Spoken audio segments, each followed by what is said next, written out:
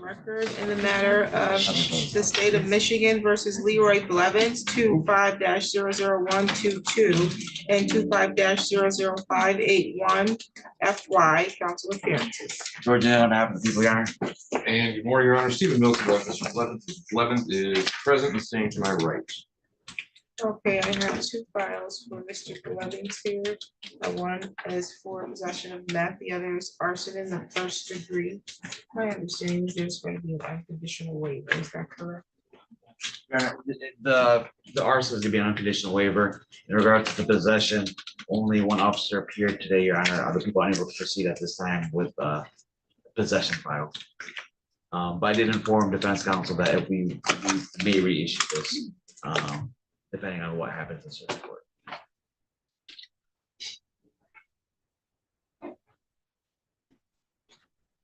The people are unable to proceed and are making a motion to dismiss. The defense will be making a motion to dismiss, Your Honor. Why are we making the defense make a motion when you're not able to proceed?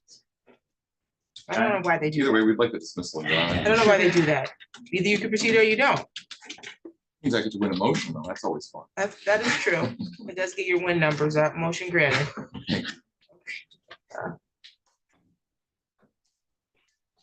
And it puts the onus on us to print the paperwork too.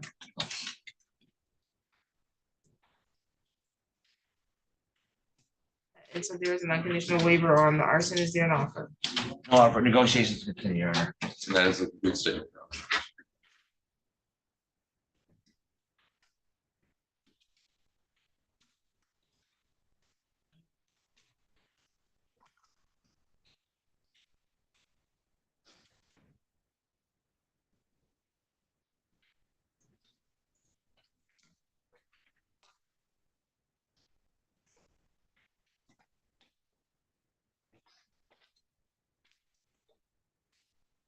Mr. Bevens, you understand your right to have a preliminary examination in this file.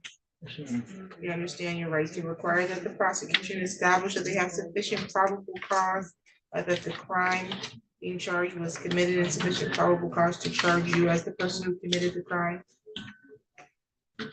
And you wish to unconditionally waive your examination. Anyone threatening you to do that? Any promises being made to you to waive your exam?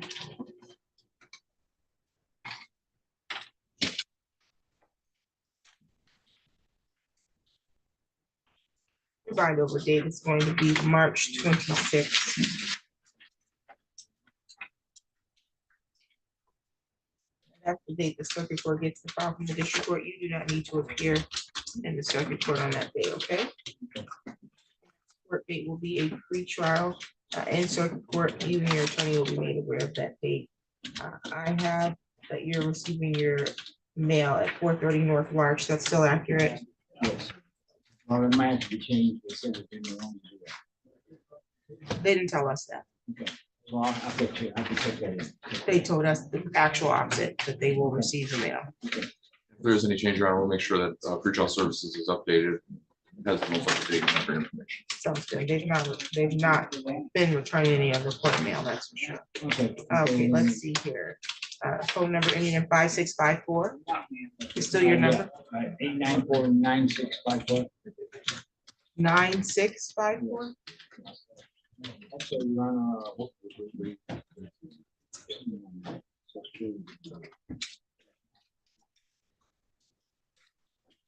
Thank you. No problem. Okay, bond in this matter was set at 25,000, 10%. That will continue. Any additional matters for the record? No, Your Honor. Nothing to defense. Thank you, Your Honor. You're all set.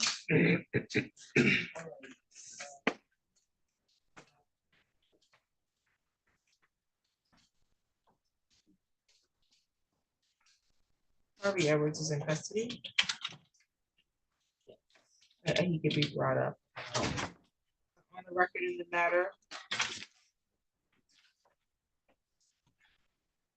the state of Michigan versus Henry Percy, 25-00605. Appearance for the record. George, on behalf of the people. Thank you, Your Honor. Assistant Public Defender Aaron Schroeder on behalf of, I'm going to say Mr. Hersey, but it uses she her pronouns, and I would, I just make the court aware that Mr. Hersey is to my right. Thank you. Today was the date that was scheduled for a preliminary examination. I also ordered the bond to be revoked because I was made aware of several bond violations. First, the bond violation alleges that there was a pre-trial release order that was signed on the 25th of February, which is the date that you were arraigned. You were told that you need to report to pretrial services within 48 hours of your release from custody. And the information that I have as of March 10th was that you had failed to do that. There's also an allegation that you violated the condition in the pretrial release order, section D, that says that you are not to commit any crime while released. I have here that you were arraigned on the 7th and found number 25-0482 FY at the 53rd District Court for failure to return rented property 20,000 or more, and that you bonded out of Livingston County on 8th. So you would have the right to have a contested hearing on violations if we proceed with these violations. Why did you not report to pretrial services within 48 hours of your release? I thought that we had to do that after the preliminary hearing. I guess I was, When did they say report to pretrial services 48 hours after your preliminary hearing? I don't know, maybe I got it wrong, I'm sorry, I did not report on purpose, I thought that was the calculation, like after I got the preliminary, because I thought the preliminary hearing is where they decide if it's gonna be a charge or anything, right? That's what I was You've already been thinking. charged. Okay. You were arraigned. Okay. That means charges are pending. The Okay. preliminary hearing is where we establish if there's probable cause to continue the matter to trial. That's nothing to do with any of your pretrial release orders. Anything that is told to you that you need to do at arraignment begins immediately. I know that. And so one of those things is that you have to be in contact with pretrial services because you are charged with a felony. My understanding is that you did check in with pretrial services. When was that? I talked to Nicole, I called yesterday when my attorney let me know that that's what I needed to do because that was the violation. And Nicole called me back this morning, the lady from pretrial services, and I did my registration with her.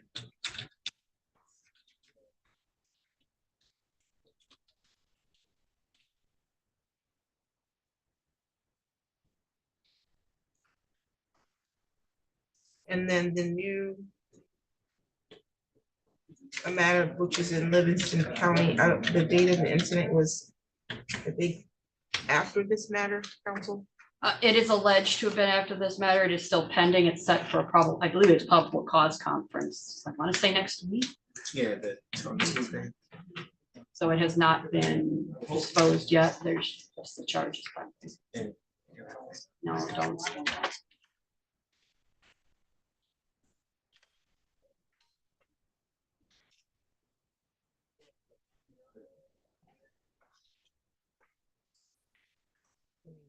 Administrator as your character reference on the case, running to that court is really diabolical.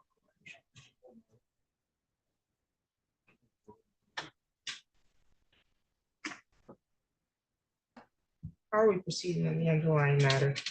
Your Honor, this was a reset from because she was in custody at the PCC, and we requested, and the court, I believe, granted the idea of having this set as a probable cause conference here today. There were no witnesses. I did say treat this as a PCC because I believe that, yes, that's right. That makes sense now. You know, it's all coming full circle in my brain. Got it. Why she came down here to tell us that. Got it. Okay. So at this time, we would ask that you put reset for a preliminary exam at this time. Now that she's out of custody. What's your home address? 1800 Teal Ave. Hampton. They put, cause my no contact order, but we wasn't sure if he was gonna move. He was moving out the day that of the incident. Just don't, I'm sorry. yeah, that's all right. So I was You're giving right. her, Just 1800 Teal Ave is your home address. What address are you staying at? that's what I'm saying now.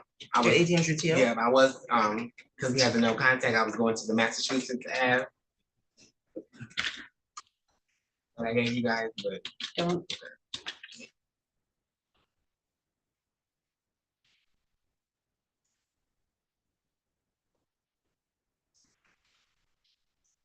I had to stop you just so I can check the magistrate no more order and make sure you didn't violate it by going there without permission. Because it says that you will be staying at 1707 Massachusetts in Lansing, but now you're staying back at the address. yeah. Okay, and the other party is not there, correct?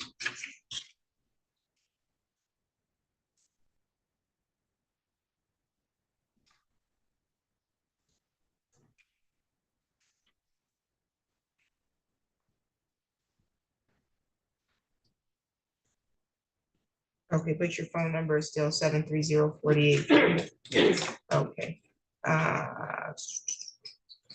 As to the bond violation for failing to report to pretrial services, I'll dismiss that violation. I'll revoke or quash the bond, the bench warrant, that is. This looks like you did get out on the 8th. It's technically, you should have reported to pretrial services within 48 hours of your release, so that would have been Tuesday. Would have been the date you need to report, so you're technically one day off. But you have been in contact with your attorney, and so that she can advocate and save you from having to sit in jail for a violation. And then as to the other violation of the picking up an alleged pending action, I wouldn't be able to do anything with that until you figure out what was going with the other action anyways, and that's not meaningful. So I'll hold that in advance. Let's see what's going on. We're gonna continue to an exam on this. yes, Your Honor. Okay. April 24th at 9 AM. The court's gonna find good cause to go beyond the 21 days. So for your information, you did have the right to have your preliminary examination within 21 days of the date that you were arraigned, which is back on the 25th. That's why it was scheduled for today for a preliminary examination, but because you were in Livingston County and we could not get you here for the probable cause conference, that pushed us back in timeline. And so I have to go beyond the 21-day timeline to reset this, okay? You understand what just happened there? Yeah, I can explain it again. I think I got it. Okay, just make sure, you don't have to think you got it. Be sure that you have it before you leave. I got it. Okay, and so typically, if there's a timeline issue, you would either waive the 21 days freely. Maybe there was an issue and your attorney didn't get discovery request, or you got a doctor's appointment or something to that effect. You could waive the 21 days for me to reset it. Otherwise, I have to find good cause to reset it. I can't just reset it beyond the 21 days. That's what we're doing. And so I'm finding good cause because you were in another county that required us to writ you here. Livingston County doesn't let us put you on Polycom for your PCC. So that's what's going on here. So we'll do April 24th. You'll appear in person. There won't be any further violations of the bond between now and then. You'll report to pretrial services regularly as you're supposed to. You'll not be within 2,000 feet of wherever the alleged victim is. So that's where he works, lives, or goes to school. You're not to engage in any assaultive or threatening behavior. You're not to possess a firearm or any other dangerous weapon. And you're not to travel outside the state unless you first get permission from the court, okay? Do you have any questions about your bond? Okay, any additional matters for the record, counsel? No, Your Honor. Awesome, we'll get you a notice here. Okay, I'm gonna update our system with that.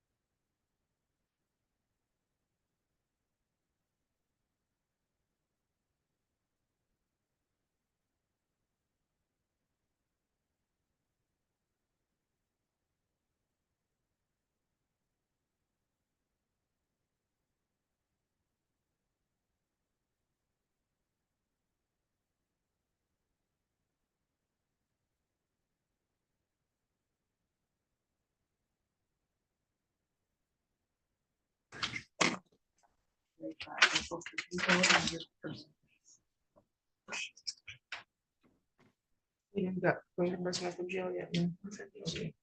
Okay, Mr. Palmer is here I am. with Jacob Garcia. Yes, ma'am. He's here as well. Very good. 24-06239, council appearance. George, and then on behalf of the people, Your Honor. Thank you. Good morning, Your Honor. Robert Palmer of Public Defender's Office on behalf of Jacob Garcia, the gentleman who's standing to my right. Oh, this was a domestic violence third that's set for exam today. Are we ready to proceed?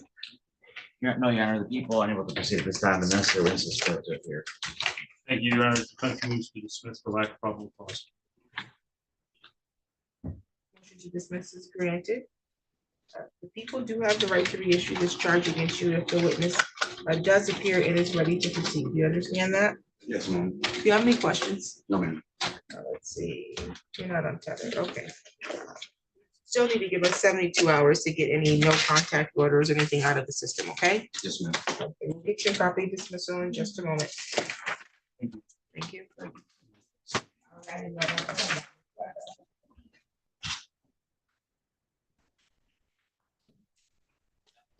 State of Michigan versus Ahmad Rashad Taylor, 24-03295.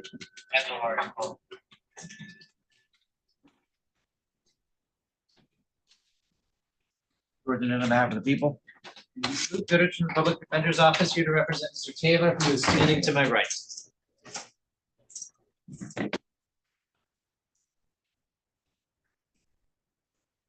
Today's that was scheduled for preliminary examination. I have a CCW, fleeing and looting fourth, and felony firearm count. Your Honor, the defense would like to request, well, that Mr. Taylor be able to waive his 21 days and we reschedule this matter. I was asked to. 21 days. This was, that was waived in Okay. 24. All right, well, then I will be asking for adjournment on this matter.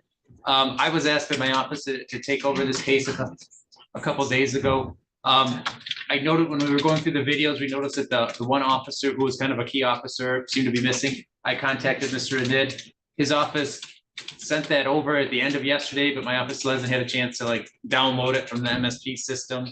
So that's why we were asking for an adjournment so we could go over that. Okay, no problem, because yeah, it looks like Trooper was on vacation November 15th. I found good cause to adjourn. Okay. So I'll just reset this, okay? April 24th at 9:30. April 24th, 9:30. Do you have any questions for the court today, Mr. Taylor? No, ma'am. Okay, we'll get you a notice to appear. The bond will continue throughout this time. Any additional matters for the record? No, Your Honor. No, Your Honor. You. Thank you. Yes, sir. Have a seat so we can get you your next court date, okay?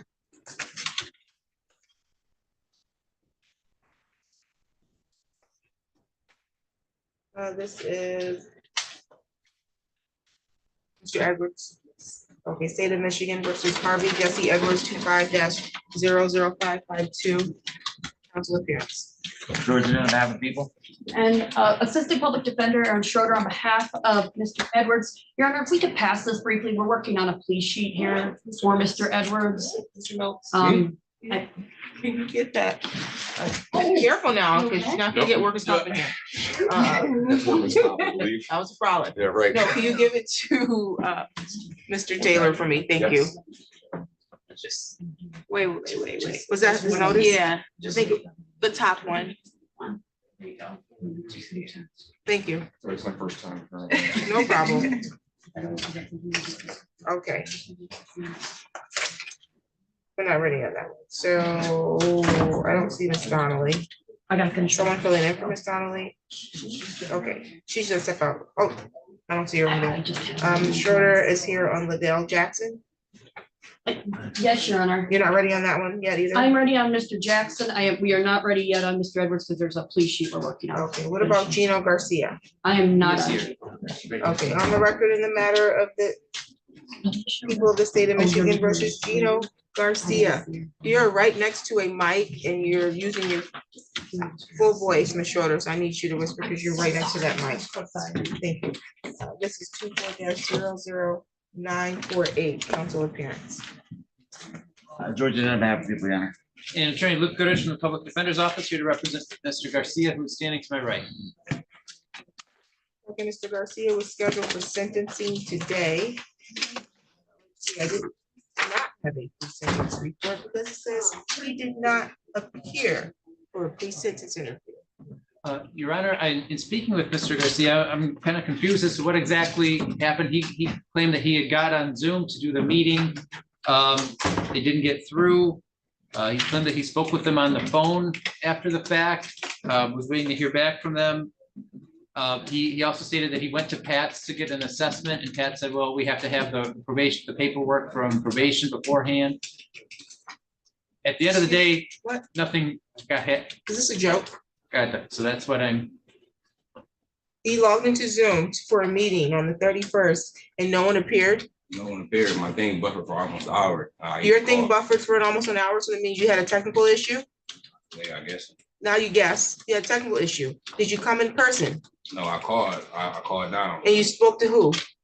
My probation officer actually picked up. I called probation because I didn't know. Who was who your it was. probation officer that you spoke to? I never got his name, but when I called, he picked up and said I was supposed to be with him, and then hey, we couldn't go forward with no process because he didn't have no paperwork from the floor or whatever. From the 5th floor. He is on the 5th floor. Yeah. I'm Yeah, not sure. you had some orders that was given to you. I spoke to you.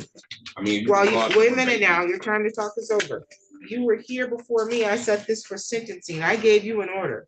I told you that you needed to report to pretrial services within 48 hours. If Dale can wait just a moment. If you can give me just a moment, because he's getting remanded into custody. I gave you orders to report to pretrial services or report to probation within 48 hours. And that you were to complete a substance abuse assessment in preparation for sentencing. We are setting sentences out 2 to 3 months. And in those last 2 to 3 months, I have nothing from you. I did everything you asked. Oh, well, you didn't, because I don't have a substance abuse They assessment. won't let him take it. Oh, okay. Well, guess what? We'll get it taken care of for you. No They'll be problem. remanded so we can get it done. Yeah, see.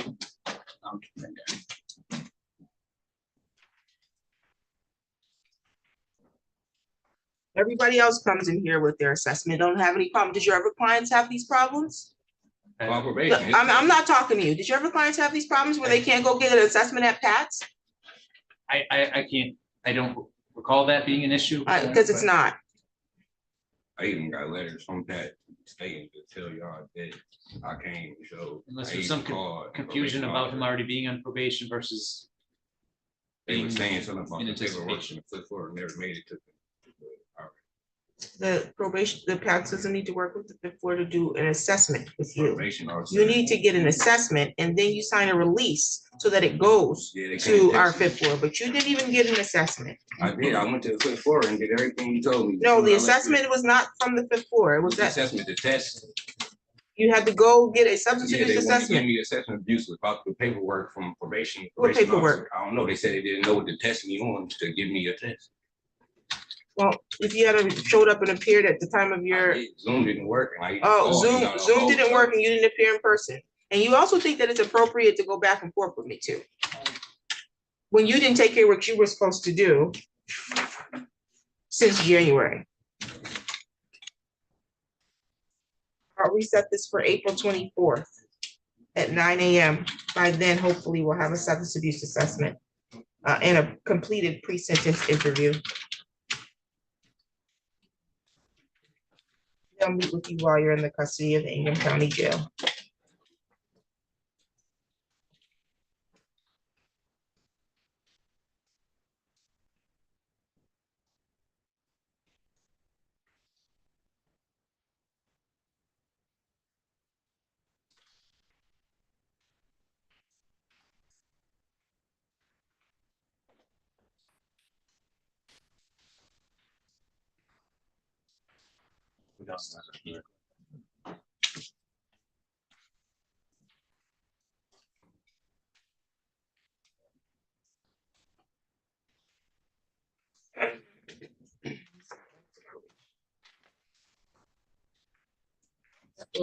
Okay, Your Honor, yes. Ms. Jennifer McCarty has 2 matters that are scheduled. I don't believe the prosecutor is able to proceed on either one of those. case. Is that accurate, counsel? Yes, Judge. Okay, 24-03158 and 24-03173. Appearance, please. George, and on behalf of the people. And Luke Gooders from the Public Defender's Office here to represent Ms. McCarty on each of these files, Your Honor. Okay, there was a larceny from a person, and then there was 2 counts of assault with a deadly weapon. No witnesses are here. Correct, Your Honor. Okay, counsel. Your Honor, at this time, the defense would move to have both of these matters dismissed, and I am waiving Ms. McCarty's appearance for this particular hearing. Okay, the motions in both files are granted as dismissal without prejudice, and you can advise her of what that means. We'll get you a copy of the dismissals in just a moment. Thank you, and I will take those downstairs to Ms. McCarty. Thank you.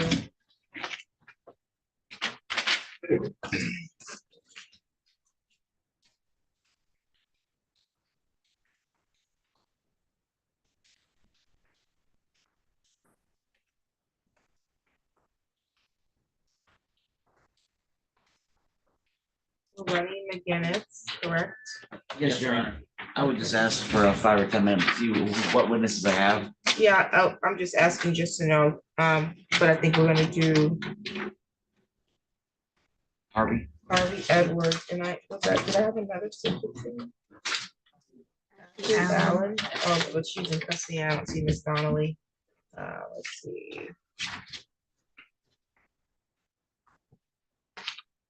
Miss Schroeder's still working on paperwork. You I saw Miss Robinson, but I don't see her anymore. got a plea on Roman Smith if you want to do that.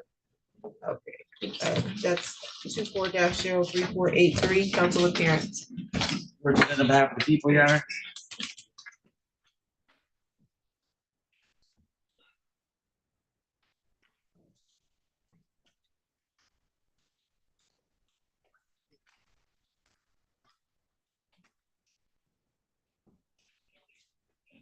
Morning, Your Honor. Robert Hinojosa here on behalf of Mr. Smith, who joins me at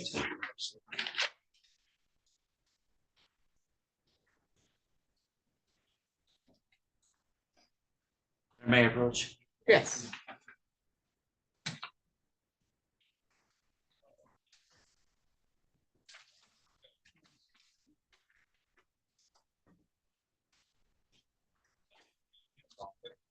Oh, I need to go grab a witness for Take this. your time.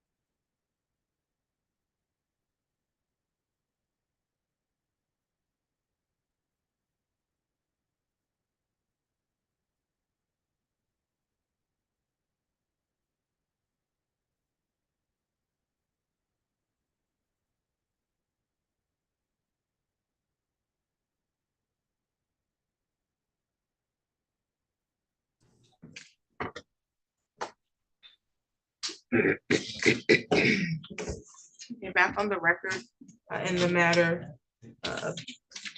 against Roman Smith. My understanding is there's a plea. Is that correct? Correct, Your Honor. The offers for, you can stand.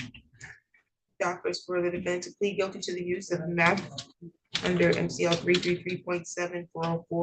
333.74042A-A and indecent exposure, MCL 750.335A. I can't read the last portion. My handwriting is terrible, Your Honor. And those are the pack codes that you just listed. No, I don't know what this says here. Can I approach? Yes. Oh, 1 year and 1,000. Oh, okay. 1 year, 1,000. 1 year, $1,000. Okay, is the maximum penalty on that one. And the first count, 1 year, $2,000 is what I believe that says. Yes. And you want to accept that offer today, sir? Yes, Your Honor. Raise your right hand. Do you solemnly swear or affirm the testimony you're going to give is the truth and the whole truth under penalty of perjury? Yes, Your Honor. Okay, I do, you can put your hand down. I have an advice of rights of plea information sheet. Where's the second page? There's one last right on there that you need to know.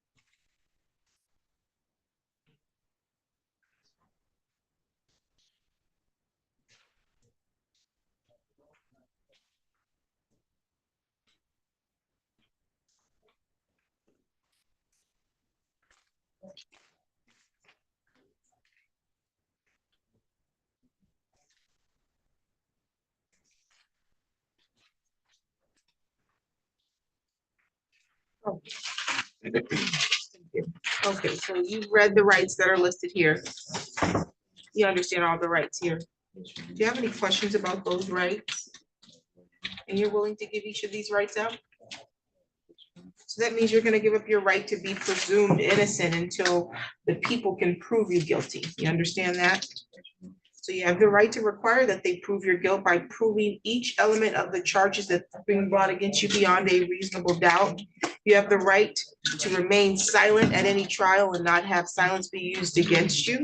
You have the right to see, hear, or question any of the witnesses that are called to testify against you. You can subpoena witnesses that will testify on your behalf. And you also can waive your silence and testify at your own trial. You understand that? Anyone threatening you to get you to give these rights up? Any promises being extended to you if you give up these rights? Are you currently on probation or on parole? You understand that by pleading guilty to these amended charges, it could result in convictions that you may need to report to your current employer, or you may need to put these convictions on future job applications. These convictions could also have impact on immigration status you may be seeking, or where you can travel outside of the United States. So you might want to go to Canada or vacation someplace else, and you could be denied if you plead guilty to these. Do you understand that? Okay. As to the amended count 1 of use of methamphetamine, how do you plead? And as to the amended count 2 of indecent exposure, how do you plead? Factual basis, please.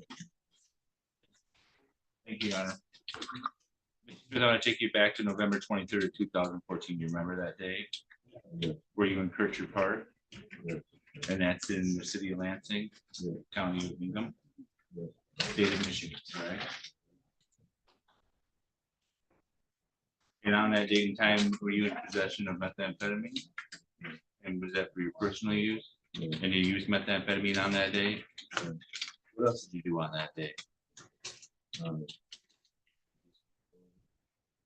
By indecent exposure, what do you mean indecent exposure? Did you expose yourself?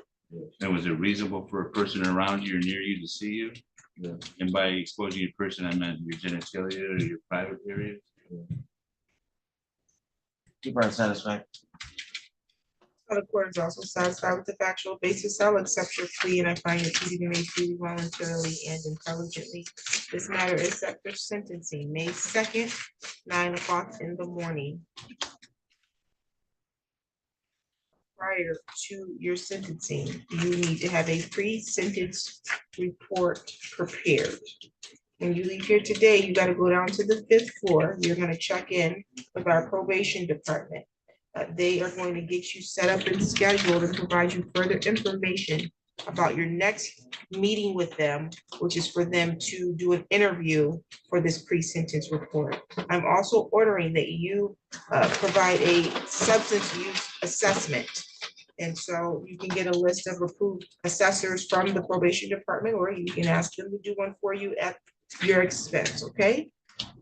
But I need that done and I need to report to them, and you need to make sure you meet with them.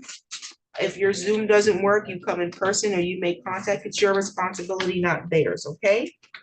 And that all of these things will be done in preparation for the report, so that when we come here on May 2nd, I don't get a no report letter from them saying that you didn't comply with the order that I'm giving you right now, okay? Do you have any questions about what you need to do between now and then? Any additional matters for the record? Counsel? No, Thank You you. said May 2nd, 9 a.m. May 2nd, 9 a.m. You can have a seat and we'll get someone to come get the file so that you can go down to probation. Thank you.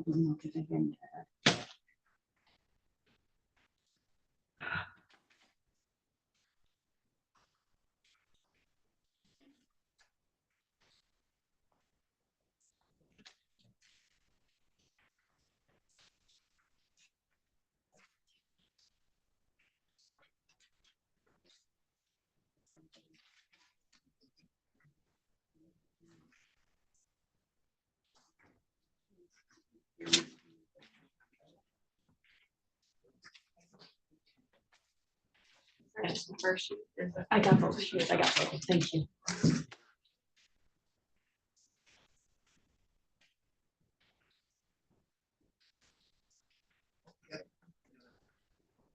I'm confused. This is a 48-hour hold. So why does it say that on? Referring to pay. Oh, that was just. Oh, So what? Okay. Oh, not, that doesn't apply to show causes. Okay. Five? Oh, there's a whole bunch of stuff. Yeah. Yeah, Yeah. the collection Yeah. thing. All right. Let me take a picture. Yes, you can go It looks good. Okay, Okay, then I will sign that. Oh, you look. let's see. I got them. Yeah. I got that.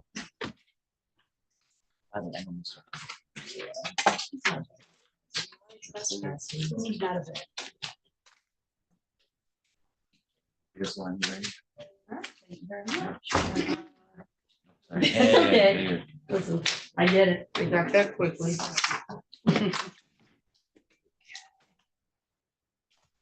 Okay, we just did Smith. You said we're ready on your matter, Ms. Schroeder. Yes, Mr. Jackson is ready and I may be ready on Mr. Edwards here in just a second as What are well. we waiting on with Edwards? Pardon me? What are we waiting on for Edwards? Just signatures. Now, we've got all the paperwork done. I just need to get, see if he has any Okay, questions. I'll let you finish that so that we can get them back. Do you have any? Okay, and you can write up here. I got my pen. I can help you with that, okay? Once we can. I'm sorry? Can you sign from here? Okay. He can come back, he can come over there. That was only because someone was standing there when he got upstairs. Yeah, we were just trying to figure out how to help him, make sure you could sign me. That's great. You got it okay? All right, I get it. No, yeah, good luck on that.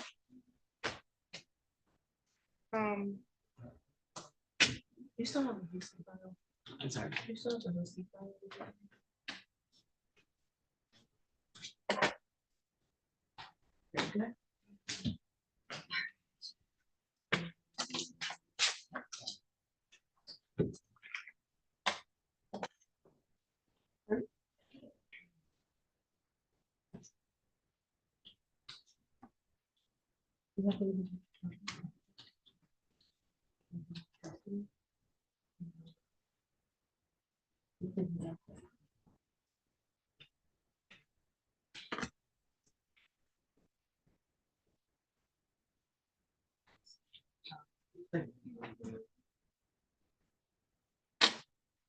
Yeah, I got you.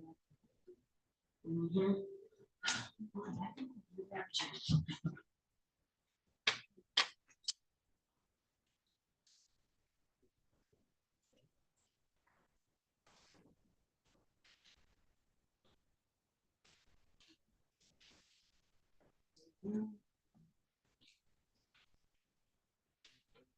I get it, I can appreciate the situation.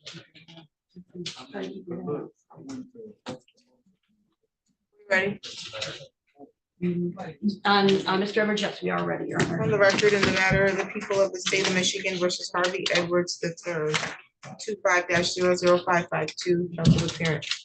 George, and then I'm having people. And yeah, but you can bring him over here, that'd be probably better.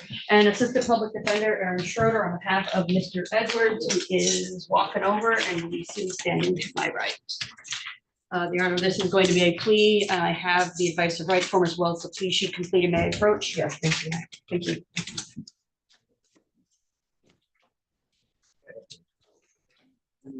You're just gonna stand right there, sir. Okay, so I have here a plea offer. It says the people are offering for you, Mr. Edwards, to plead guilty to added count 6 and 7, which is attempted police officer assault resisting obstructing. And that's under MCL 750.81D1A. Each count, maximum penalty 1 year and or $1,000 in fines. And upon successful plea, the people will dismiss counts 1 through 5 and the habitual offender notification. Do you understand that plea? Yes. Okay, you want to accept it? Raise your right hand. You solemnly swear or affirm the testimony you're going to give is the truth and the whole truth under penalty of perjury. I need you to say it. Oh, yes. Thank you. You can put your hand down. Okay. You understand your rights in this matter, sir? Okay, so I do have an advice of rights and plea information sheet. There's some weird things going on over there. Let's see. Make sure we get to forms this time. You did. Okay. This is your signature, sir? Yes. Okay, and these are the rights that you would have to give up today. That includes your right to be presumed innocent. So as you're standing there, you're considered innocent until proven guilty. So you have the right to maintain your innocence and require the prosecutor prove your guilt by proving first each element of the charge being brought against you beyond a reasonable doubt. You understand that? I'm sorry? Yes. You want to give that right up to the presumption of innocence? You want to give that right up? Yes.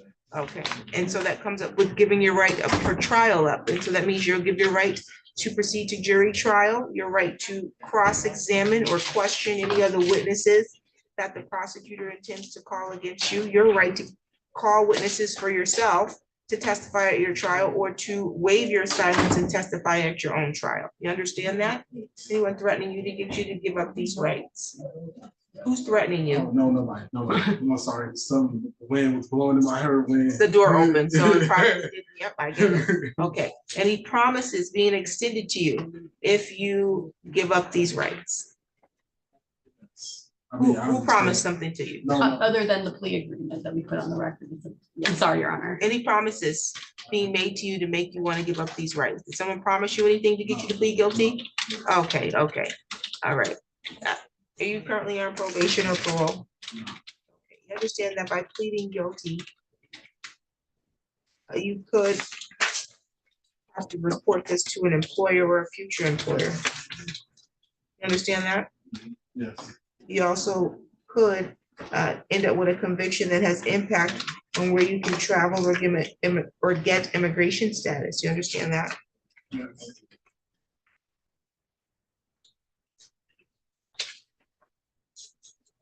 And are you pleading guilty because you believe you're guilty? That one gets them, so that one always stumps the people. Do you believe you're guilty? That's why you're pleading guilty? You sure? As to the amended count 6, or the added count 6 and 7 of police officer assaulting, resisting, and obstructing. How do you plead? Factual basis, please. Thank you, Your Honor. Mr. Edwards, back on February 18th of 2025, were you at or near a location of near the intersection of East Saginaw and Washington Avenue? Over there by the park. Can't remember the name of the park now, of course. Oh, goodness. Durant Park. Were you in your Durant Park? Yeah, Okay, and you, at some point, you walked through that park, correct? yeah. Okay, and that park, to your knowledge, is located in the city of Lansing, County of Hingham, state of Michigan? Mhm. Yeah, is that a yes? Yes. And at that time, there were a couple officers that were wanting to have you stop. Would that be correct? Yes. Okay, so officer, that would be Officer Weller.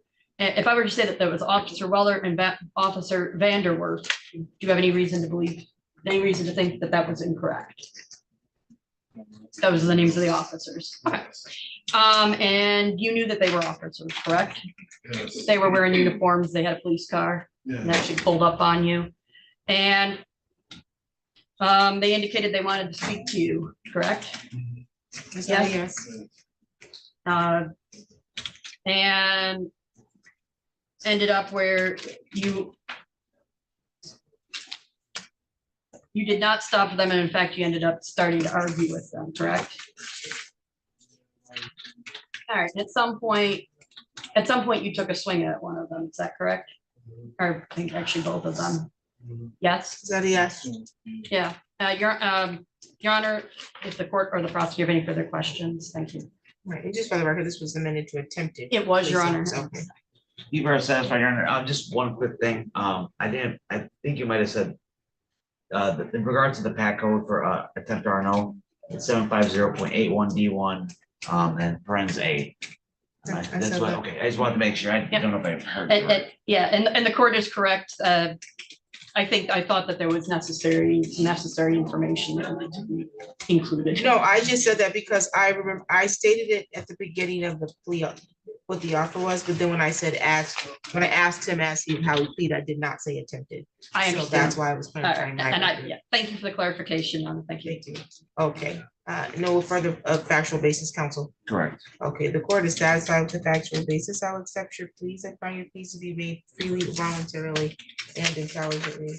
This matter is set for sentencing May 2nd at 9 o'clock in the morning.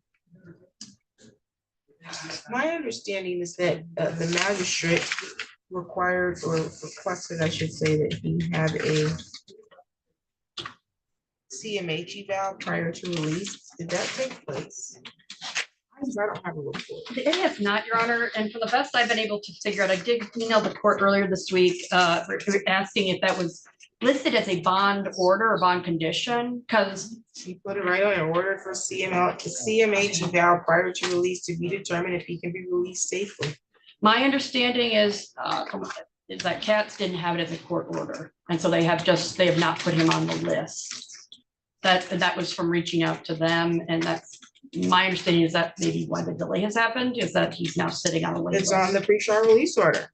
CMH evaluation ordered prior to release to determine if he could release safely. There's no other order that could go out. It's there. I don't know why they don't have it as an order. It's in her order. I can, Your Honor, would it be possible for me to get a copy of that email to me, the bond? The bond form? Yes, so that I can send that forward to, and ask CMH what is the issue here? Because that was one of the things I was lacking in my file. To be able to point to. But I will note, he has a guardianship, Your Honor. I don't know if the guardian even knows he's in custody. It's a public guardianship, so they have an office. Okay. And I would note that because of his current custody status in jail, he has not been able to actually, even if we were to kite for cats, my understanding is they would not come see him anyway because of his custody status. Max. So I'd ask the court to consider allowing him to be released at this time. He has been in custody for as long as he has been here. 200 extra. Here's another file. Yes. 200, sure. There's a 200 cash shorty in his misdemeanor file. He's not being released unless he's evaluated for the order. Okay. I will follow up again on that and see where we can get one. Thank you.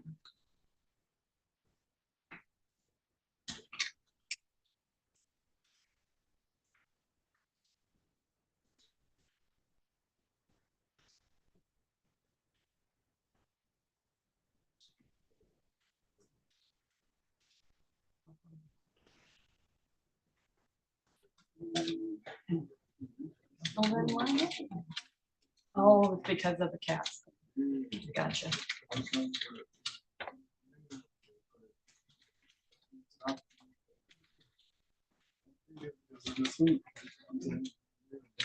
Oh, how much longer is that?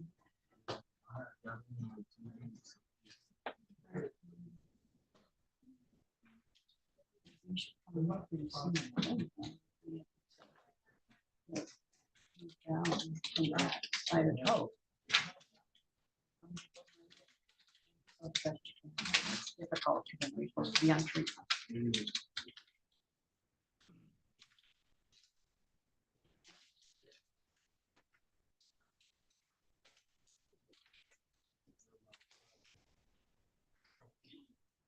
Pardon me? Oh, no. We gotta get you back on track with your treatment. Because this is probably not that. Okay, feeling better.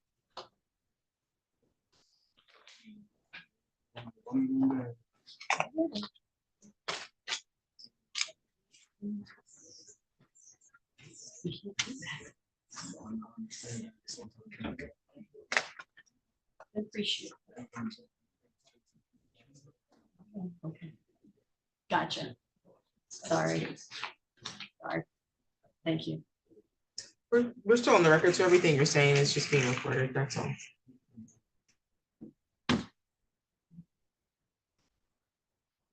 I'm putting a note in here so that he's not released until it's done. So I have to revoke his bond until I have to, because the jail has been releasing people that shouldn't be released. And they've not been getting information to CMH, obviously. So I am revoking the bond pending the evaluation. And once the evaluation comes back, if it comes back that he's can be released safely, I'll give him a PR bond versus a 2010% bond, which is what it's currently set at. But I need the evaluation done first.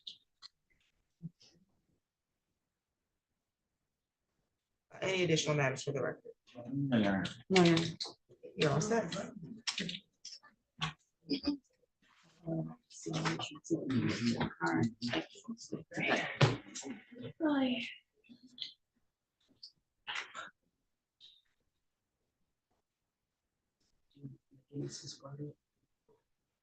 Let me out. Yeah, I'm gonna let my officers go.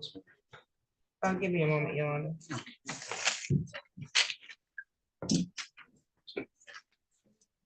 Something on here. I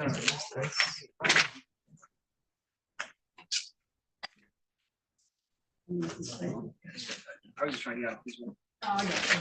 Please.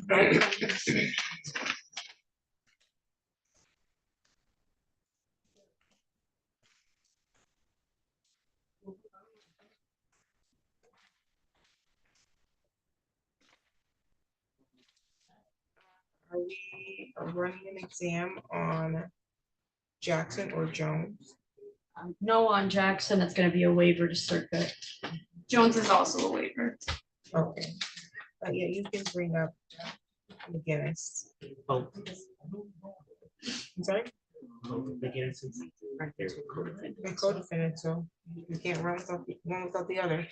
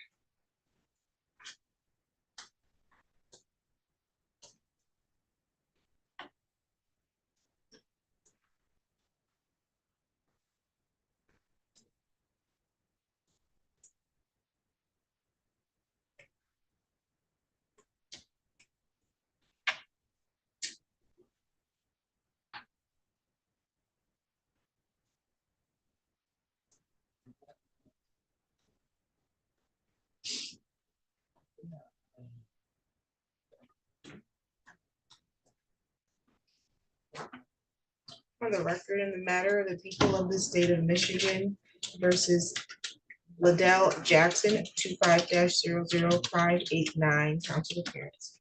George, in on behalf of the people.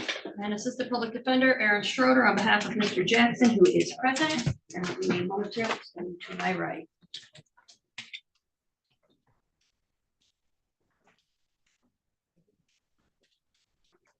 Okay, Mr. Jackson was scheduled for a preliminary examination for carrying concealed weapon, police officer, assault resistant truck, and found firearm. How are we proceeding today? Your Honor, it's gonna be unconditional waiver to circuit court as charged on the complaint. The offer to waive is to plead the CCW, dismiss the remainder, and the forfeiture of the firearm. That is correct, Your Honor, and I noted a moment ago that this matter is going to be doing the later the preliminary examination.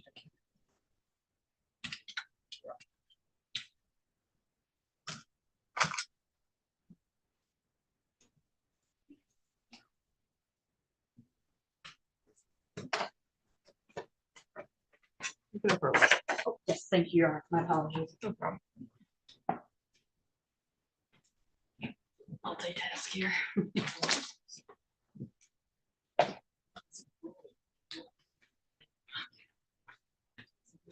Form we talked about balance.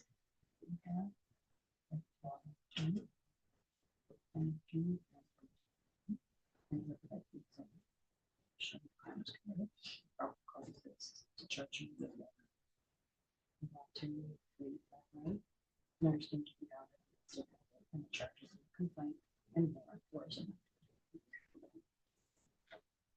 You have any questions? Okay. To sign. Thank you. Right down.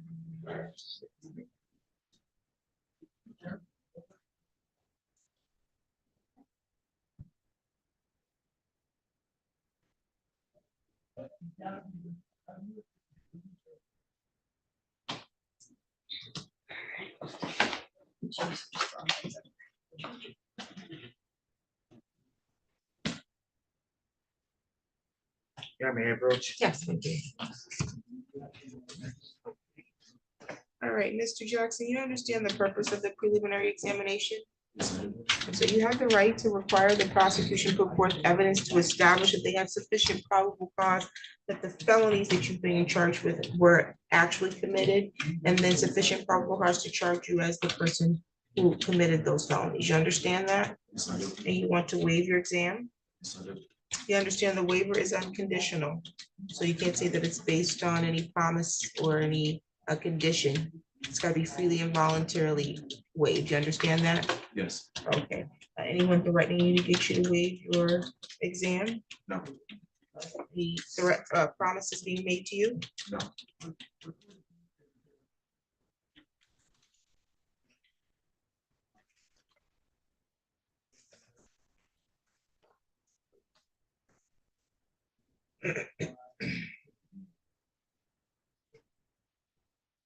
Your bind over date is gonna be March 26th. That's the date the circuit court gets the file from the district court, okay?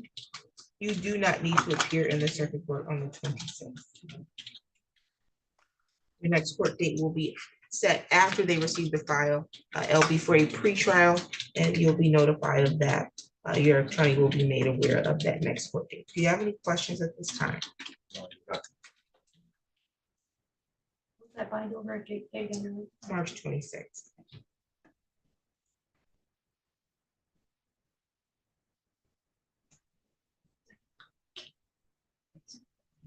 The bond was set at 3,000, 10%. It's like a notation that the defendant travels out of state for employment purposes. That will continue. Any additional matter for the record? No, Judge. No, Your Honor. Okay, you're all set. Thank you. Let me trooper go real quick. Okay, thank you. And then I will be in touch once I find out who.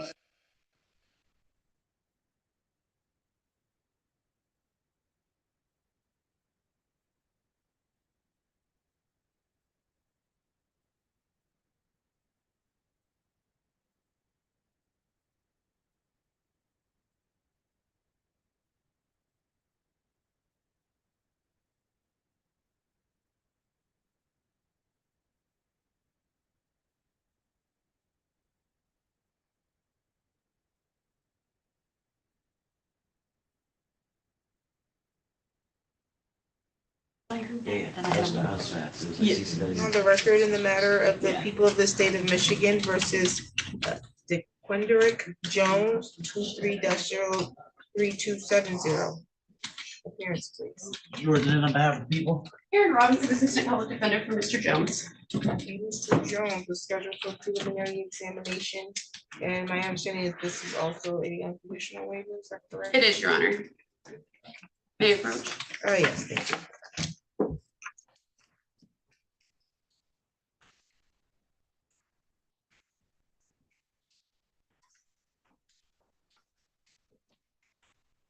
Thank you.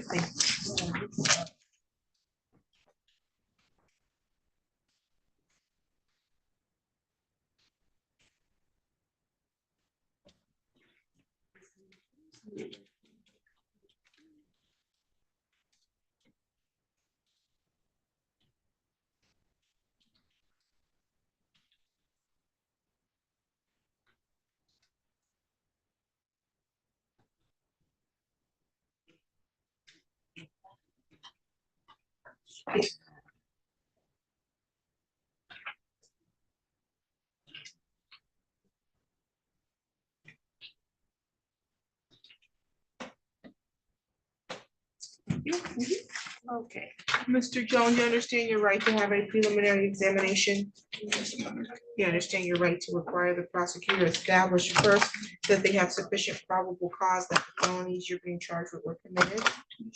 And then they need to establish sufficient probable cause that you committed the felonies. You understand that? Want to waive your right to an exam? Anyone threatening you to do that? Oh, yes, I don't understand why this was so old. This was when the officers were here for silver girls.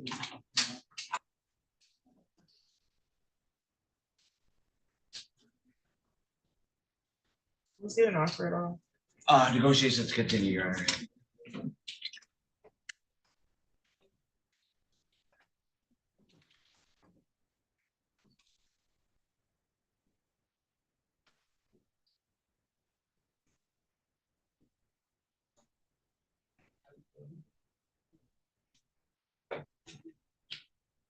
Your bind over date is March 26th at a time to be determined by the circuit court. But that's not a date that you need to appear to the circuit court. Do you understand that? That's the date they'll get the file from the district court. Your next court date will be a pre-trial. Your attorney will be made aware of that. Do you have any questions for the court today? It's a bond was set at 2,500 cash surety, and that will continue. Any additional matters? No, Your Honor. No, Your Honor, thank you. You're all set. All right, I'm gonna ask for a 10-minute break. I gotta gather and see what minutes I have and I don't have for these two court files that are running. Sounds good. Back in about 5 or 10 minutes.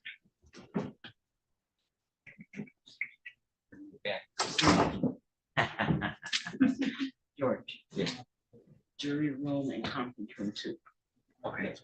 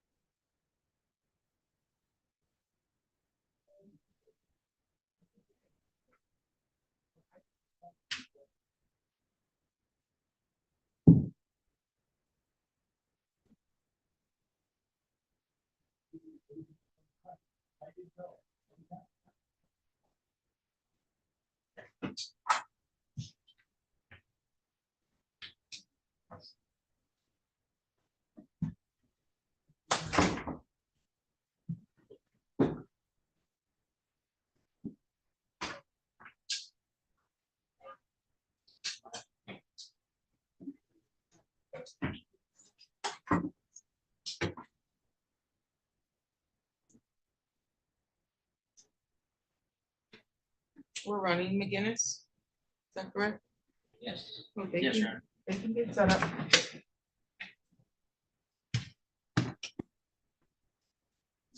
Which one do you have? Dwayne.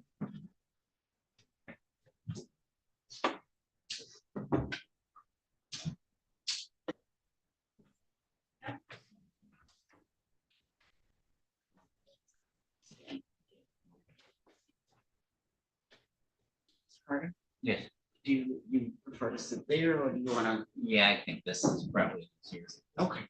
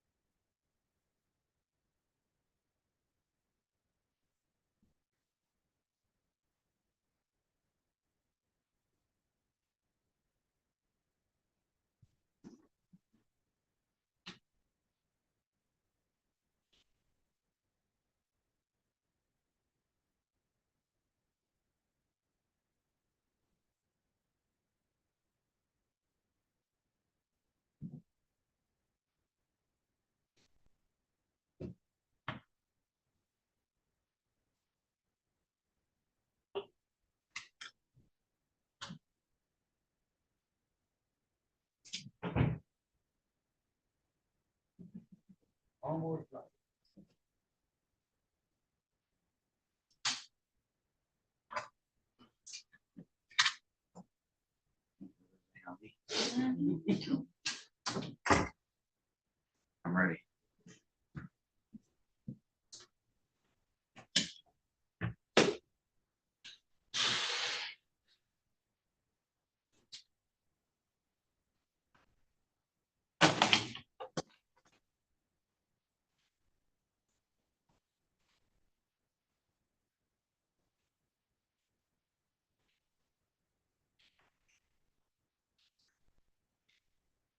Yes. Yeah, I'll call you back now.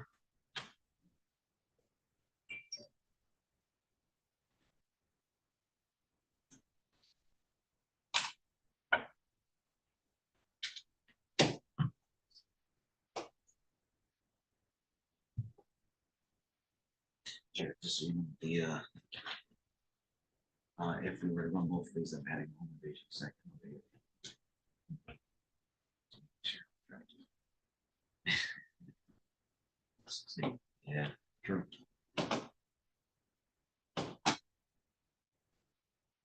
Oh, one other thing, for one of the file, I don't remember.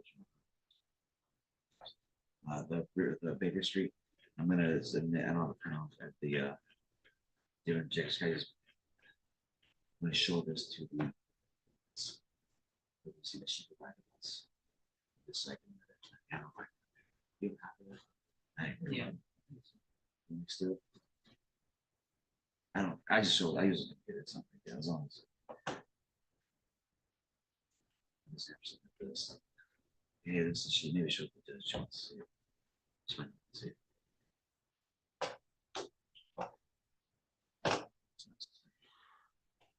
Well. this- Yes, because after it was 20.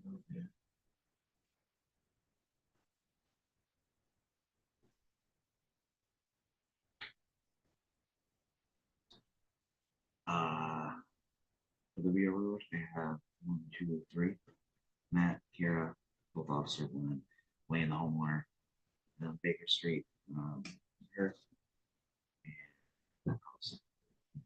Any questions, Mr. Carter?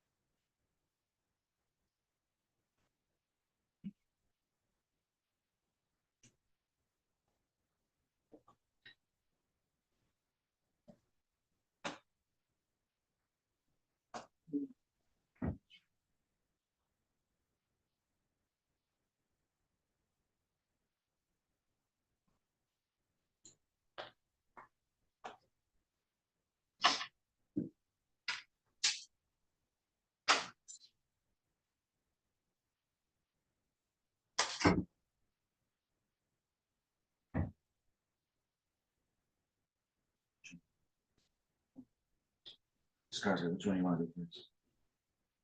Your cases. I'll give you the pleasure. I think, Baker Street would be a little bit quicker. Want to do that first? It doesn't matter which one goes quicker out here for the whole thing, unless you're gonna release me. You want to take lunch?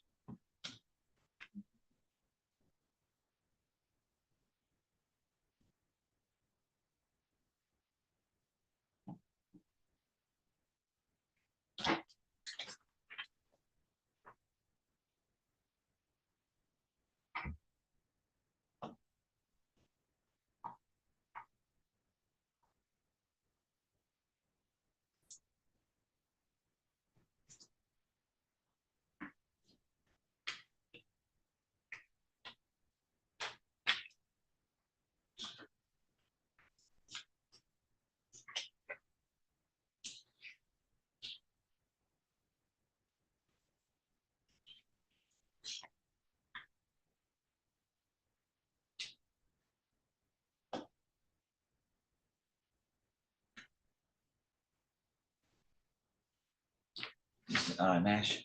Abby. Yeah. If you can ask, let Judge know, our preference would be the 00233, 00232 files. That doesn't matter, but preferably that one goes to first. Oh, to do those first. Yeah, same time. Or first.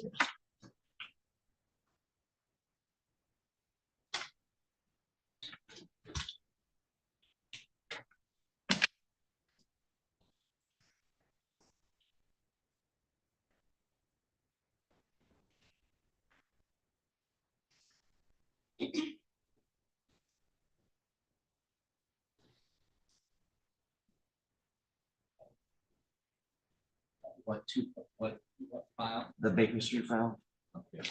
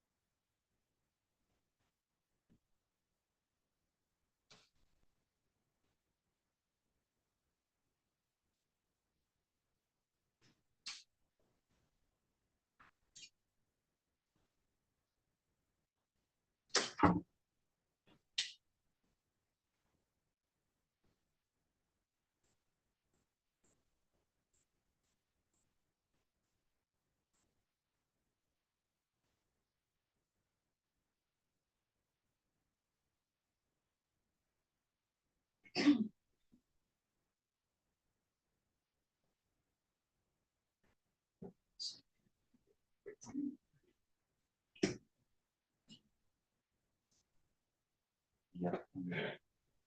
Two. Yeah, the first one's- And then the next one, and that's it. It's a- That's your vote.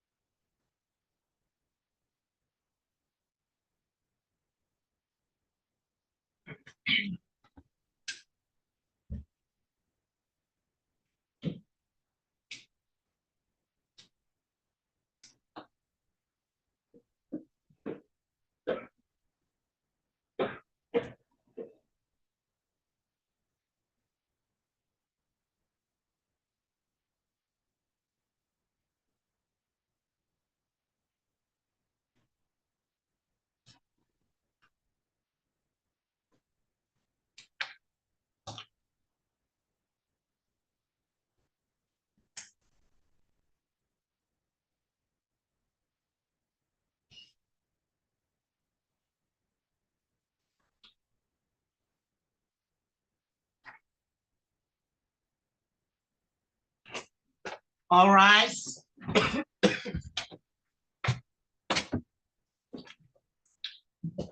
Please be seated.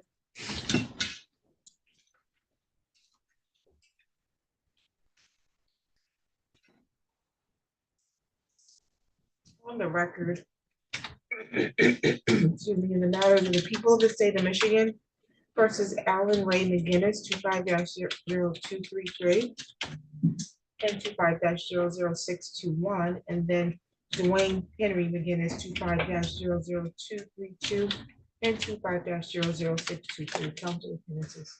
George, and then on behalf of the people, Your Honor. And thank you, Your Honor. And good morning, Jared Austin appearing on behalf of Mr. Dwayne McGinness. He is present with me at council table. May it please the court, David B. Carter Jr. on behalf of Alan McGinness, who is present. Oh, today was the date scheduled for preliminary examination on both files, both co-defendant files, and my understanding that we are running those files today, correct? Both, Your Honor. The people asked if we can start with the 233, 232 files. Whichever one you prefer to start with. It's fine with me. Any preliminary matters before you call witnesses? Your Honor, sequestration and witnesses, I will police that, and so will defense counsel. My only witness, my late witness is Ms. Dorr, which is in the courtroom today, and she's the first person I'm calling. Never matters. I would just join in the request for sequestration. Nothing for us. Sequestration is granted. You can call your witness. And the people called for Kita Dorr. That's her name, right?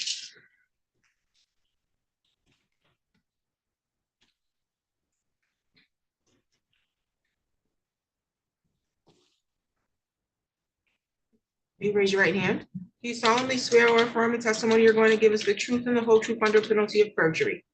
Yes. You can have a seat. Okay, there's a microphone that's in front of you, and the purpose of that microphone is so that the lady behind you can take down everything that's being stated on the record, but that microphone will not amplify your voice in the courtroom. So I need you to speak as loud and clear as possible, okay? Also, if there is a question that calls for a yes or no answer, you must say yes or no, because we can't understand uhs and ahas on the record, nor can we articulate head nods, head shakes, okay? Yes. If you don't understand a question, you can always ask us to repeat the question or rephrase the question. If there's an objection, you will stop speaking. I need to make a ruling on that objection, and then I will tell you if you can give that answer or not, okay? Yes. State your first and last name and spell both. My first name is Brigitta. Last name is Dorr. Birgitta. Last name Doerr. Thank you. You can proceed. Counsel. Thank you, Your Honor. One quick thing I forgot to mention, I apologize. I informed council, I believe yesterday and maybe this morning, that if these exams were to run, that would be adding a home invasion, second, if the facts present on this file. Very good. And I apologize for pronouncing your name wrong. Ms. Dorr, what relationship do you have to 6119 Baker Street? I am the property manager. Okay, explain what that means. I have been retained by the owner of the property to manage the property to lease out the property as a rental. Is that a business you own?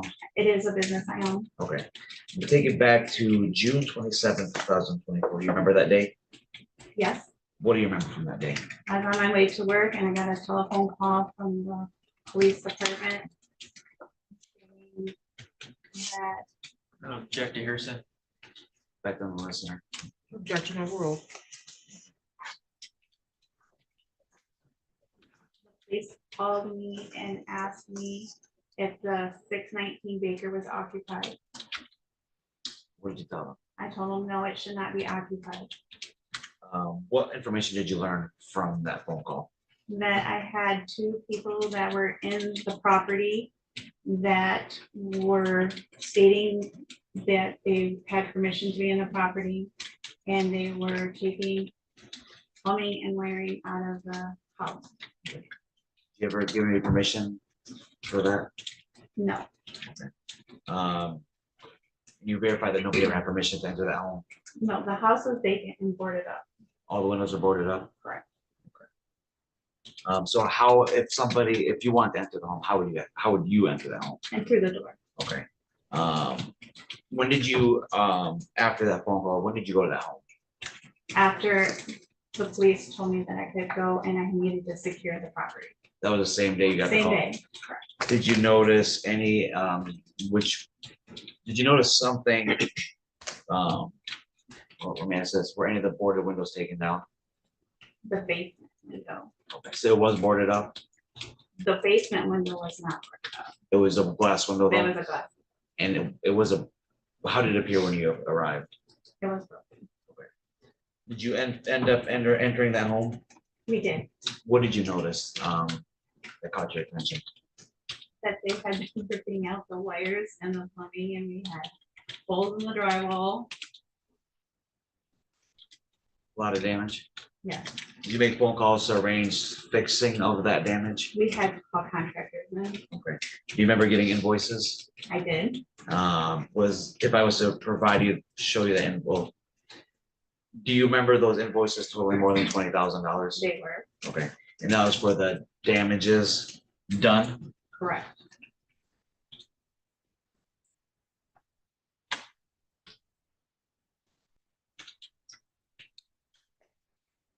And do you understand, the two individuals, they never had permission from you or anybody else to enter or do anything that you noticed that they did? When the police contacted me and told me that they had bought them in the house and they asked me what I wanted to do, I said, I want to prosecute them because they're trespassing in the house. I did not give any permission for anybody to be in the house.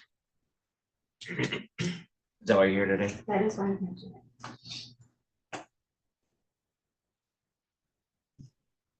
If I was to show you a copy of the receipts, would you recognize them? Yes. Okay.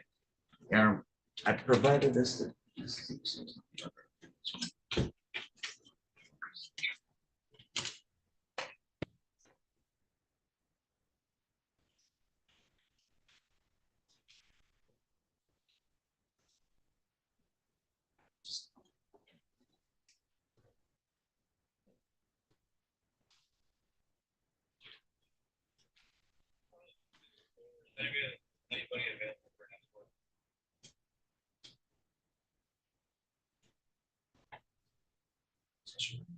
Yeah, may I approach? Okay. Yeah, let the record reflect, I am showing the witness victim on my laptop, which is the receipt that I will ask her about. Okay.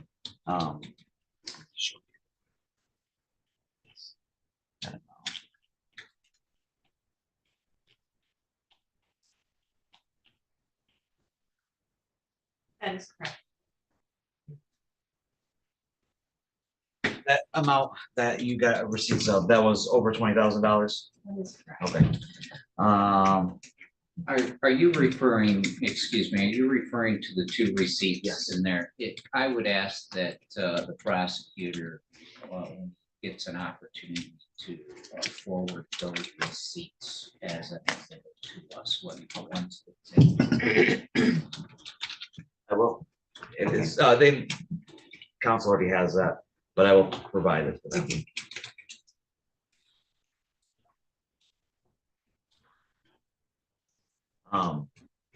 Did it look like they were trying to steal items out of there? Not items. Objection, calls for speculation. Well, Your Honor, Looks like it's a joint objection, correct? You Yes. stood up, I didn't hear you, Yes. okay. I can ask if she's circumstantially believed as a layperson, whether it looks like they were trying to steal items out of her home. Or out of the home. Mr. Carter? Well, this is my issue with this, the question. First, he's used the word they, which there's no evidence here that she even observed what was there. We have a time frame that she went there. Now, she could possibly say the house looked like somebody was Things have trying been to taken steal from stuff. it. I could agree. I think the And way I the, think I was just gonna say, I think the way the question was formed could be formed better. it's speculative as to the. I agree. I think you need to rephrase the question, so I must sustain the objection. Master, how long after the phone call from police did you arrive on scene? Maybe 2 hours. 2 hours later? When you arrived, was any law enforcement there? No. Everybody was gone? Correct. And you entered the home? Correct. What did it appear, how did the home appear to you when you entered? It was evident that they were removing the plumbing. I have to object again on speculation. She used the word they. Well, he didn't ask the question that way. She said they, that could be anybody. They've not identified your clients at this time, so they or someone be interchangeable at times, so objections overruled. As you were saying. That they were taking the plumbing and electrical out of the house. It was a 2-story house. So they had been removing both floors. Tell me how you know that. Well, the electrical panel feeds the wires up, and we had B&D Electric meet us on site and American Plumbing meet us on site and go through with us what has been taken.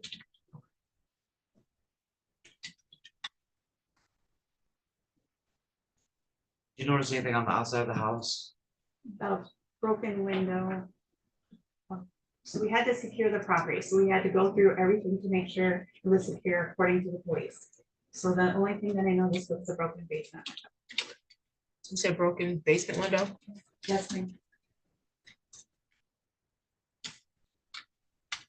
Based on the appearance and the boarding of the houses, would there, besides the front door and that basement window, would there possibly be any other way somebody could have entered? There's a front door and the back door, but neither of those were broken. But there was entry or broken glass in that basement window? Correct. No further questions at this time, Your Honor. Cross-exam, Sorry, Your Honor. cross-examination. Okay, thank you.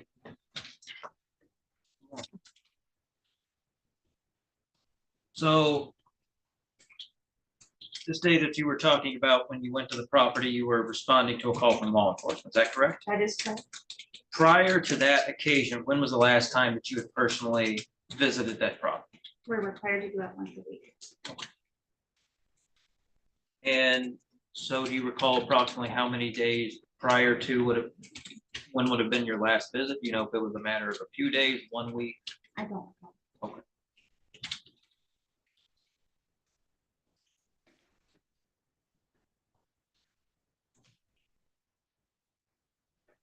And when you do these weekly visits, do you just observe the outside or do you go on the inside?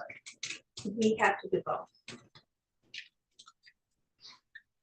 And so the last time that you would have been there prior to this incident, when law enforcement called you, you would have gone on the inside as well? That is correct. And is that something you do yourself, or is there other people involved? It is me, and we do have meetings.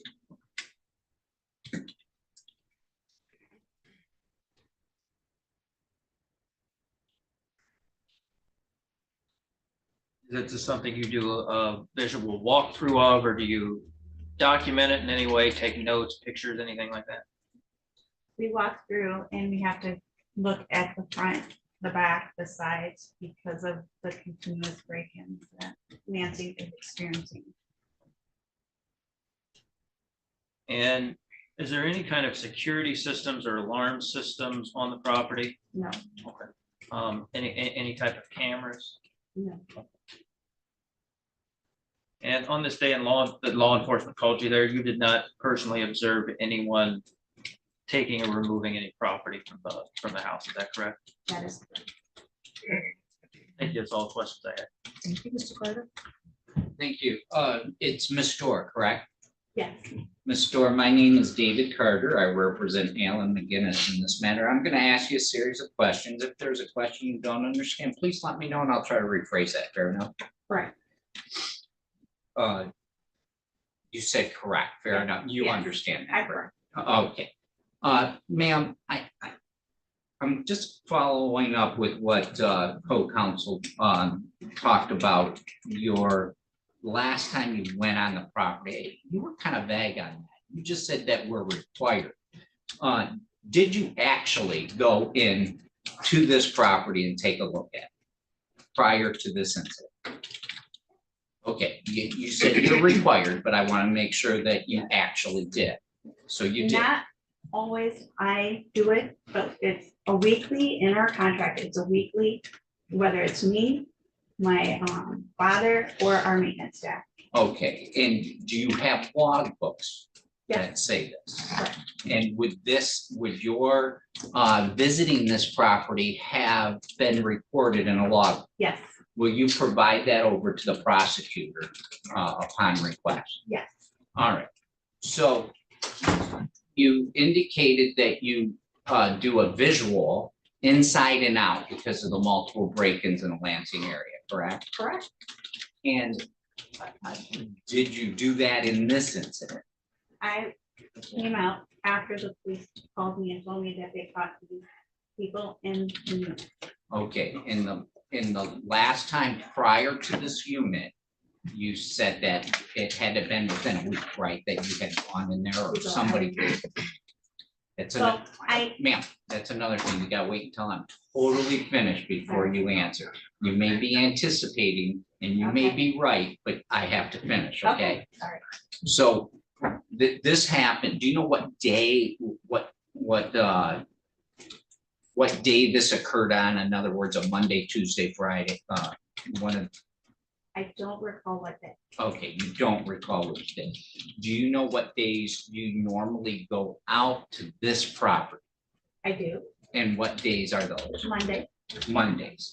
And is that because of where it's located? You probably have a list of houses that are in the same area, so you visit them that way? Or is that your scheduled look at date for all your properties? That is our, Mondays and Tuesdays are our scheduled look at dates for all our classes. All right, and just so that I'm clear, you did go out there on the regular scheduled day for this property, is that correct? That is correct. All right. And when you went there, you said that you take a visual. Do you take pictures or anything? No, we don't. All right. And if you had recognized something, would you have logged that into a book? If you had saw some damage inside the property, would you have logged that somehow? It just depends on what the damage would be. Okay. Well, some of the alleged damage in this house is torn out wire. Would you have documented that? I would have called the contractor. you have any records that indicated what this house looked like prior to you becoming the property manager? I did. Okay, and so you know whether or not there was damage inside that house before you became a property manager, is that correct? That is correct. Because this house was boarded up, right? We had a tenant that had moved out, and so there was a month that it was vacant. Okay, so this house was only vacant for a month? Is that correct? I believe so. And were you the managing person on this house when that individual was renting also? That is, All right, and when that person left, did you document what the house looked like inside and out? that is correct. When you say that is correct, I'm assuming those are yeses, right? Yes. We just want to make sure. for the record. Yes. We're right. All right, and did you take pictures of the house when these people moved out? I don't recall. Do you know if there was any type of court action on these prior tenants for damage inside the house? No, there were not. Okay.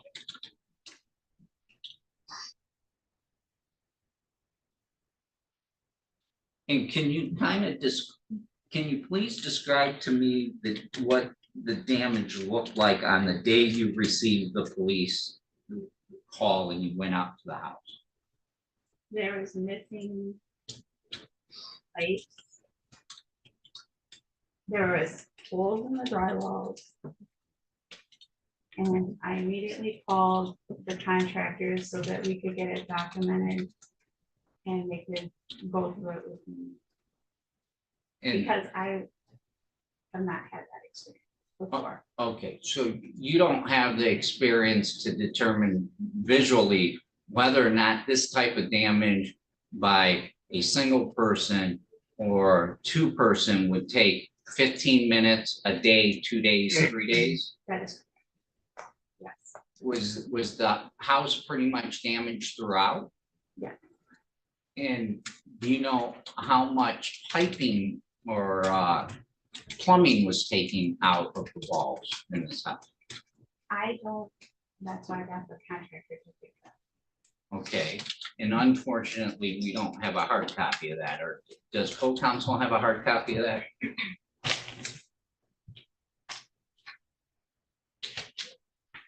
So.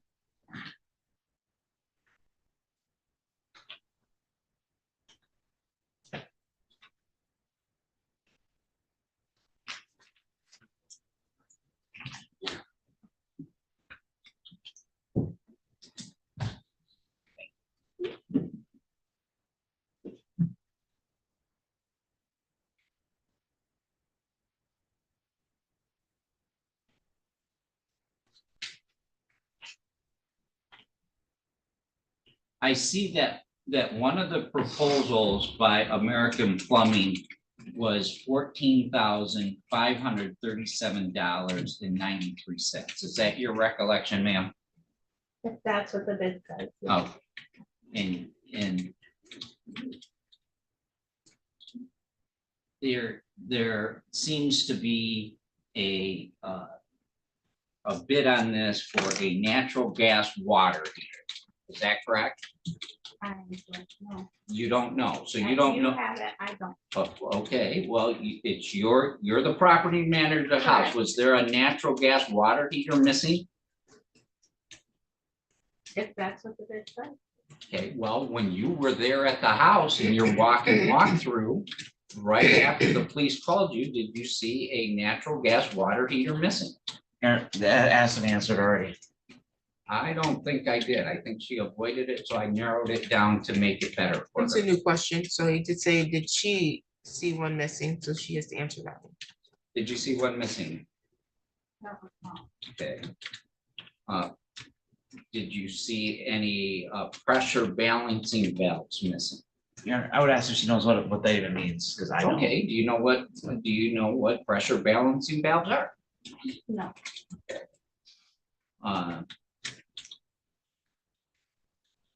Moen one handle single function shower faucet and chrome. Did you see that missing? Do you know what those Okay. are, ma'am?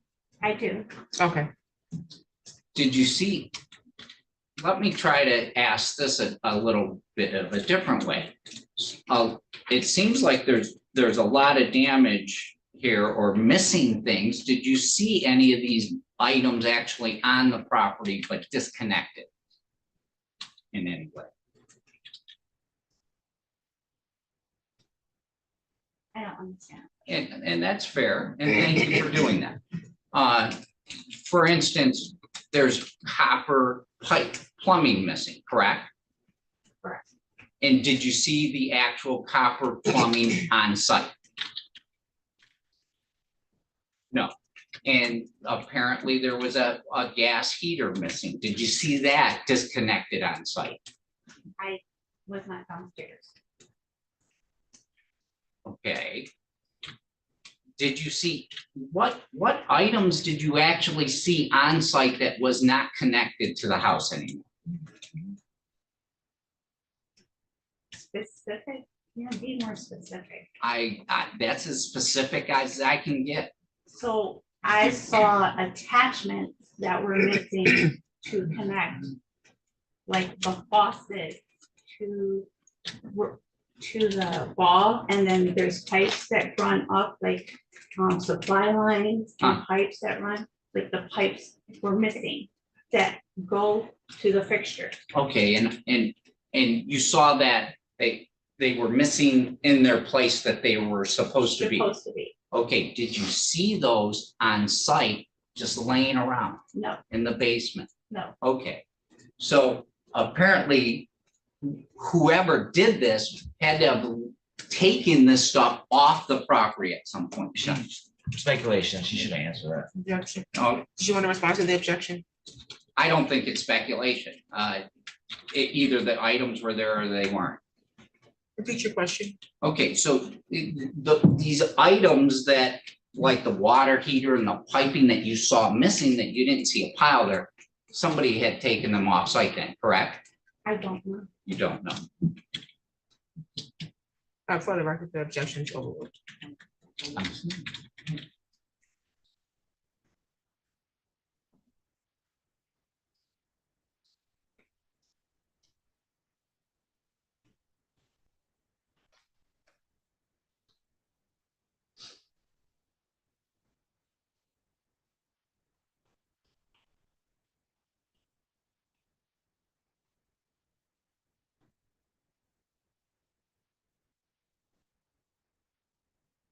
Do you know what, and I might have asked this question, and I apologize if I did.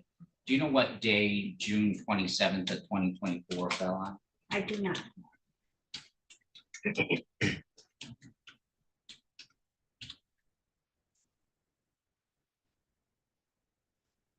You'd have no dispute that that was on a Thursday, correct? Well, I shouldn't say correct. You don't dispute that June 27th of 2024 was on a Thursday. If that's true. Judge, I'd ask you to take judicial notice that June 27th, 2024 was on a Thursday. So noted. So we know that on this incident, at least where you were called on site, was on a Thursday. And at best, the last time you were on the property was on the 25th, correct? At best, because that's a Tuesday. That's the Tuesday. It was not there Tuesday. Okay, and you would have logs showing that and who actually went into the house, is that correct? That is correct. Now, this house is boarded up except for, you indicated that the doors, correct? Correct.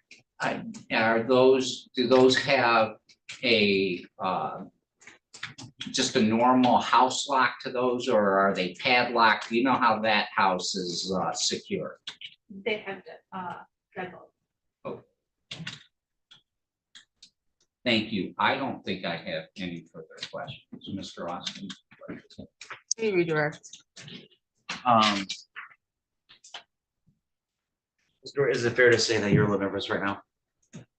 Yeah. Yeah. And this incident happened like 9 months ago. Correct. And you have two defendants sitting from both sides of you with two defense attorneys? Correct. All right, so maybe some of the answers or the way you answer some of the questions is based on the nervousness? Yes. All right, no further questions. Scott, could you give me the address of the location again? 619 Baker Street, Lansing.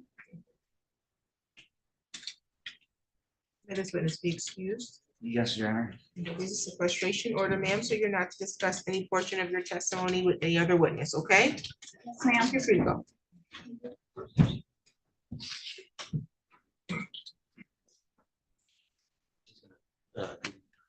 Thank you.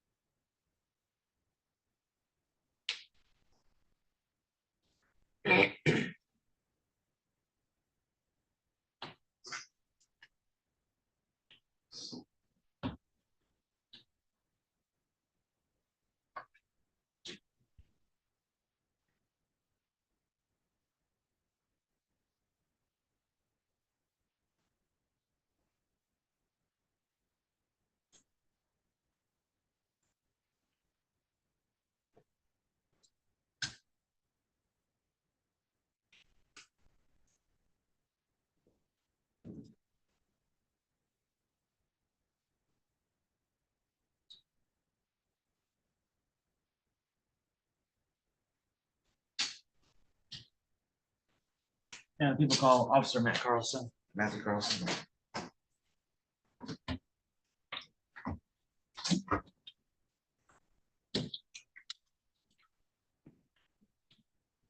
You solemnly swear or affirm the testimony you're going to give us the truth and the whole truth under penalty of perjury. I do, yeah. Thank you. Be seated.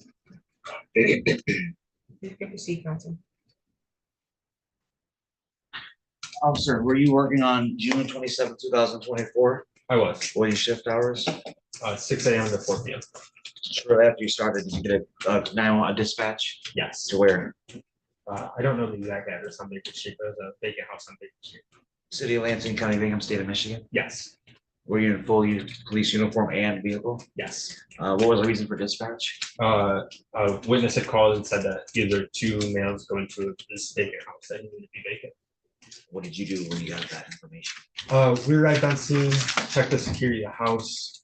I believe there was a door unsecure or a window unsecure at some point throughout the house. We made several announcements at the front of the house. And then. Were you given information, were you given permission to enter the house? You or another officer? I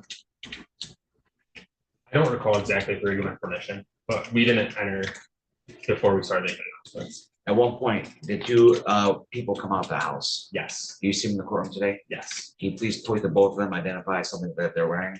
Both of them have England County jail suits on. Like, okay, do you know their names? Yep, Alan McGinness and Dwayne McGinness. Let the record reflect that the identification has been made. Any objection to identification? Can you differentiate between Mr. Allen McGinnis and Mr. Dwayne McGinnis Alan McGinness and Dwayne McGinness. without objection? Any objection, Mr. Carter? No, you're on. So noted. Thank you. I didn't know who was you. Let me ask you this. Did you make contact and did they talk to you? Oh, let me ask you, did you talk to them? I believe I talked to one of them, but I'm not sure exactly which one it was. Okay. Looking at your police report, refresh your recollection. It would. Your Honor, may I approach? Yes.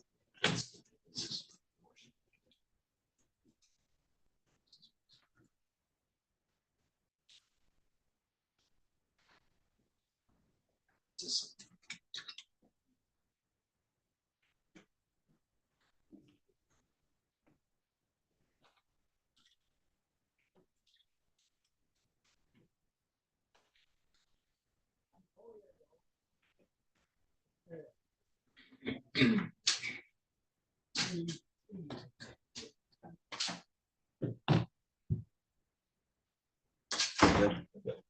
Has your memory been refreshed? Yes. What do you remember? I spoke to Alan after we arrested him on warrants, and he stated that he knew the house to be vacant, and that he's been staying there for weeks.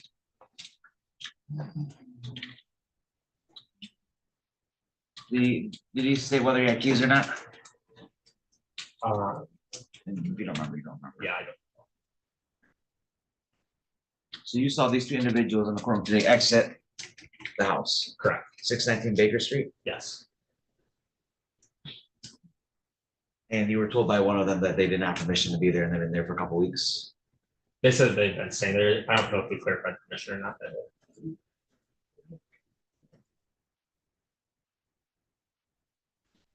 Do you know how they, do you have any information to make you, do you know how they may have entered the home based on your investigation? Through an unsecured door. No further questions, Your Honor. Cross-examination.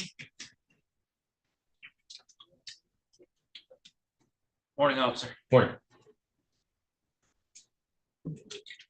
And when you were responding to this call, did you have a description of the suspects in mind, or was it just a call about a couple of suspects? Two unknown subjects. Okay.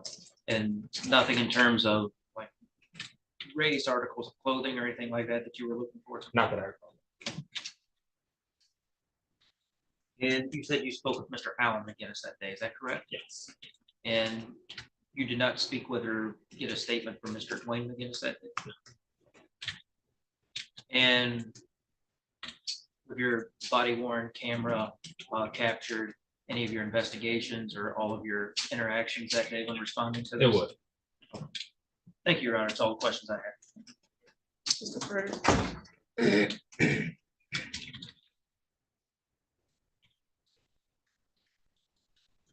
Carter. Is it Officer Carlson? Yes, sir. Officer Carlson, my name is David Carter and I represent Mr. Allen McGinness in this matter. I'm just gonna ask just a few questions. If there's a question you don't understand, please let me know and I'll try to rephrase that. Fair enough? Yes, sir.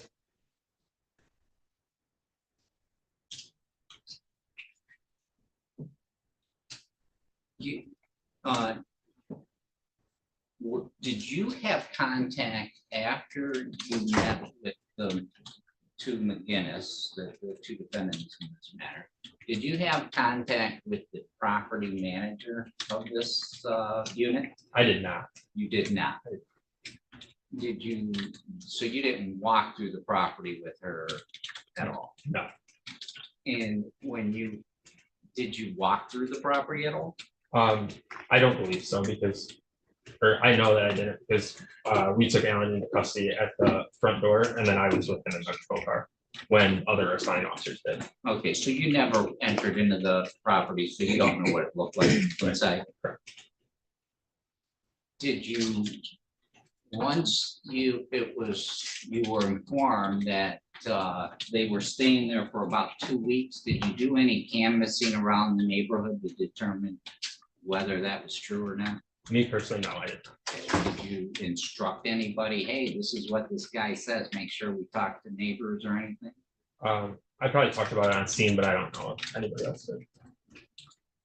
What you talked? I probably talked to other responding officers about it and said what he said, like relayed his statement to them.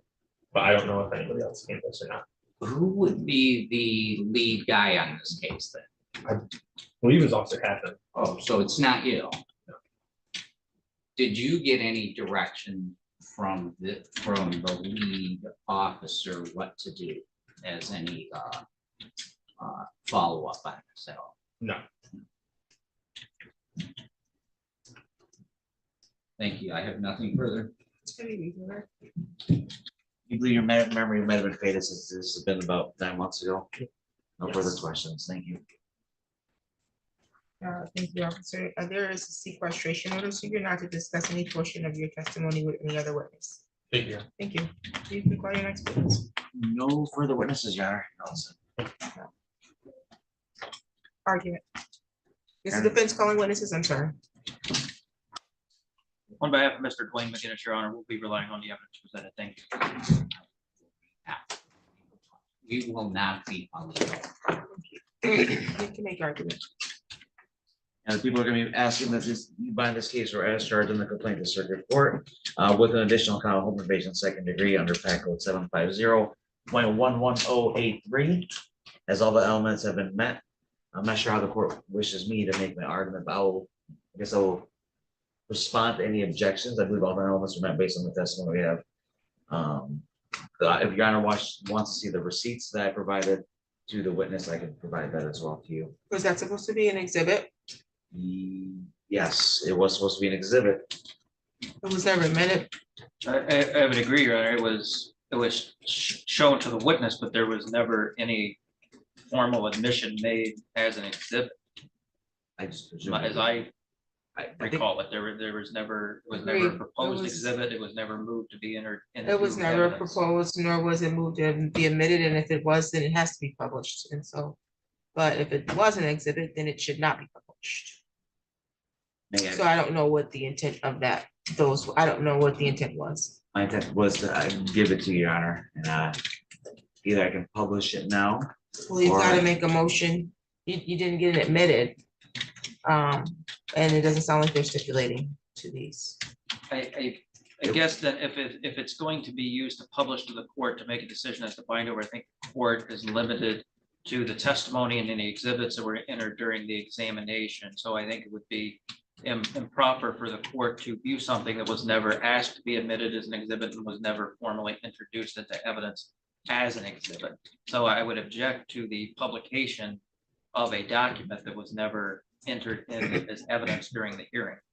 That's fine, Your Honor. Either I can, if I cannot publish it, if you will not allow me to reopen it, I think I still have enough basis to argue the amount that's testified to by based on the witness. But reopen, you mean recall your witness, is that what you mean? No, just let me publish the exhibit that she authenticated. But you never admitted it as an exhibit, you never introduced it as an exhibit, and so that would have given the defense an appropriate time to make an objection to the entry of said exhibits.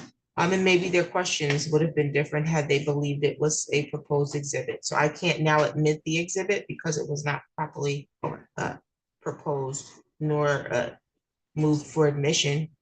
And you introduced it under a witness. I understand her testimony. I think she answered questions about, I'm assuming the purpose of the exhibits was, I thought it was to refresh her recollection as to the amount, because she believed it was above 20,000, but wasn't sure. That's what I assumed it was being used for. And so I have her testimony as to the amount. Okay, I think that's sufficient. Unless you find that to be a legal issue, not a factual issue. Well, either way, I think that would be sufficient either way. Okay. Well, yeah, as I indicated earlier, people asked if you get by in this case or as charged with the added count of limitation second. I can restate that PAC code if needed. I will address any issues the defense has with any of the testimony or my argument. I have the Michigan jury instructions prepared in the argument, or I think it was plain and simple what we heard today. You're asking for added count for each for home invasion first degree. Yes, Your Honor. I thought it was second. Sorry, second degree.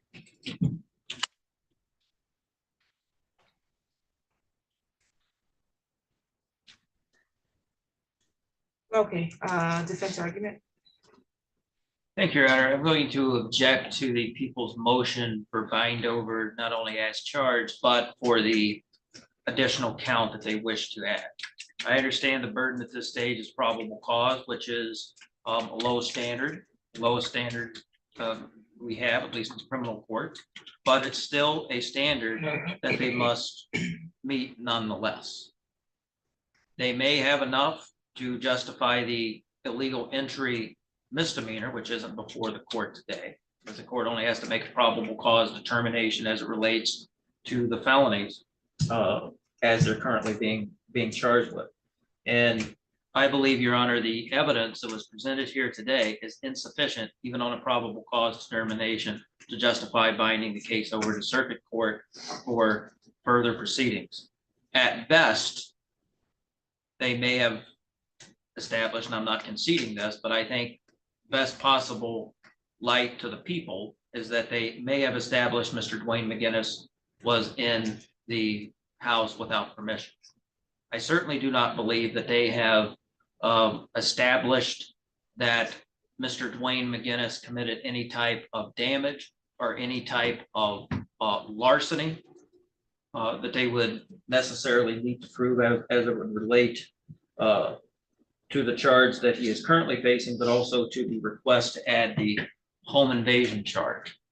We don't know, and it was unclear from the testimony of Ms. Dewar as to exactly when she would have been there last to observe the property. It may have been a couple days, may have been 3 days, but during that time window, Your Honor, it is certainly unclear, and neither Ms. Dewar nor any other witness that was presented today would be able to say what the condition of the house was in that interim period. We don't know who, if anyone, may have entered. We don't know who in that interim period may have entered the house, done damage, or taken items. And I don't believe that they have met the necessary threshold for the amount. I think the testimony was unclear as it relates to the malicious destruction of property. I think that was a bit circumspect as to, because again, we don't know when this damage may have occurred. We don't know when these items may have been taken. Certainly, there was no one that identified that they saw Mr. Dwayne McGinness doing any damage or taking any property. So for those reasons, Your Honor, I think the people's request for bind over must fail on the felony count that Mr. Dwayne McGinness is currently facing, as well as the request for an added count. Thank you. Thank you. Mr. Carter? Thank you, Your Honor. I don't think I can add too much more. What Mr. Austin indicated, I'd be opposed to a bind over on both of those, both of the felony counts. At best, we have our two individuals that were located in a home that perhaps had damage done to it, but we don't know who did the damage. We don't know how they did the damage. And we don't even know when that damage had occurred. So I would be opposed to a bind over on the felony counts. Again, as Mr. Austin indicated, we're not before the court on a misdemeanor charge that obviously would survive. Any re-argument? No, Your Honor, I believe circumstantial evidence and to some extent common sense goes a long ways here. Thank you. Count one is malicious destruction of personal property. Count two being a misdemeanor. We do not need to address, and the people are asking to add added count three of home invasion in the second degree based on testimony evidence. Today's date set for preliminary examination. So with the time for the prosecution to meet their burden of establishing sufficient probable cause that the alleged crimes or alleged felonies were committed and that the parties named in the action were the individuals that committed the alleged felony. So they don't need to prove each element beyond a reasonable doubt. This is just a burden of more than mere suspicion that the allegations alleged were committed by Mr. Allen McGinness and Mr. Dwayne McGinness. Count one, the elements required at trial for them to prove beyond a reasonable doubt, but for today's purpose, just a probable cause standard. First, that the defendant broke into a dwelling. It doesn't matter whether anything was actually broken. However, some force must have been used. Opening a door, raising a window, taking off a screen are all examples of enough force to count as a breaking. Second, that the defendant entered the dwelling. It does not matter whether the defendant got his entire body inside. If the defendant put any part of his body into the dwelling after the breaking, that is enough to count as an entry. And then third, that when the defendant broke and entered the dwelling, he intended to commit, in this particular case, the allegation could be that he intended to commit the count or added count, the count of malicious destruction of property, count one, that is. And that when the defendant entered, was present in or leaving the dwelling, he committed, in this case, again, count one, malicious destruction of personal property, 20,000 or more. And so we had testimony from Miss, I think it was Burgett Dewar. She's the property manager. She indicated that the address in question was at 619 Baker Street. That's in the city of Lansing, Ingham County, state of Michigan. And that on or about June 27th, 2024, the police were called. Or the police called her and asked if 619 Baker was occupied. She said, no, it shouldn't be, that it was vacant. And the police advised her that there was a report of people in the home or location taking plumbing, wiring, or some other items from the home. She indicated that the house was vacant and that it had been boarded up, that she did report to the address, and that she observed some holes in the drywall, and maybe some other things missing. It doesn't sound like she did an inventory herself, but that she contacted a contractor who came in to do an inventory, and invoices were provided for damages in excess of $20,000. She testified that there was the electric panel was open and wiring was missing, and that there was a broken basement window. She testified on cross-examination that she actually testified, I believe, on her direct, that she visits the property, or it's a requirement that the property is inspected, I should say, twice a week. Then on, I think that was under Mr. Austin's question, actually, that she responded that it was her requirement to, for the contract, to inspect the property 2 times a week.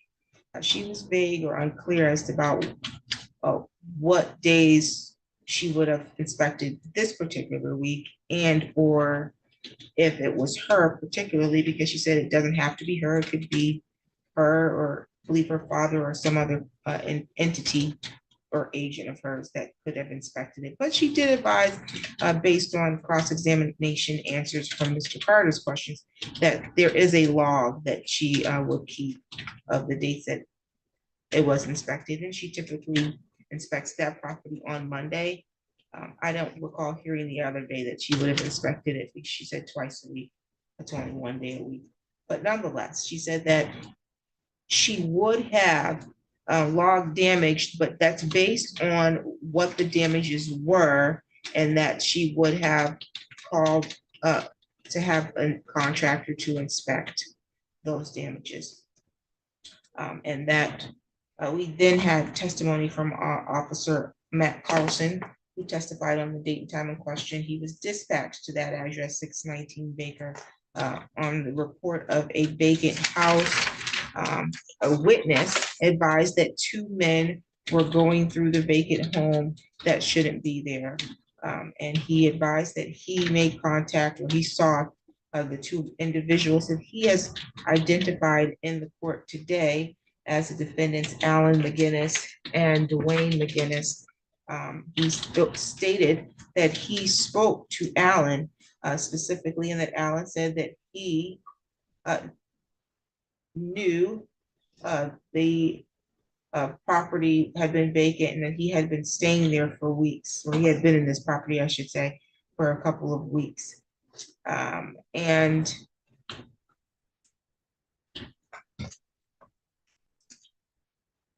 it sounds like there was another officer who did further investigation, but he did not testify today.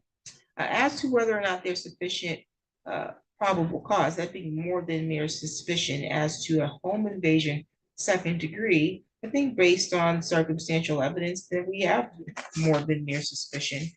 These 2 individuals were seen in the property, which also later had it was discovered there was a broken basement window, and that the defendant, at least one, Mr. Allen, admitted to being in the property and having staying there.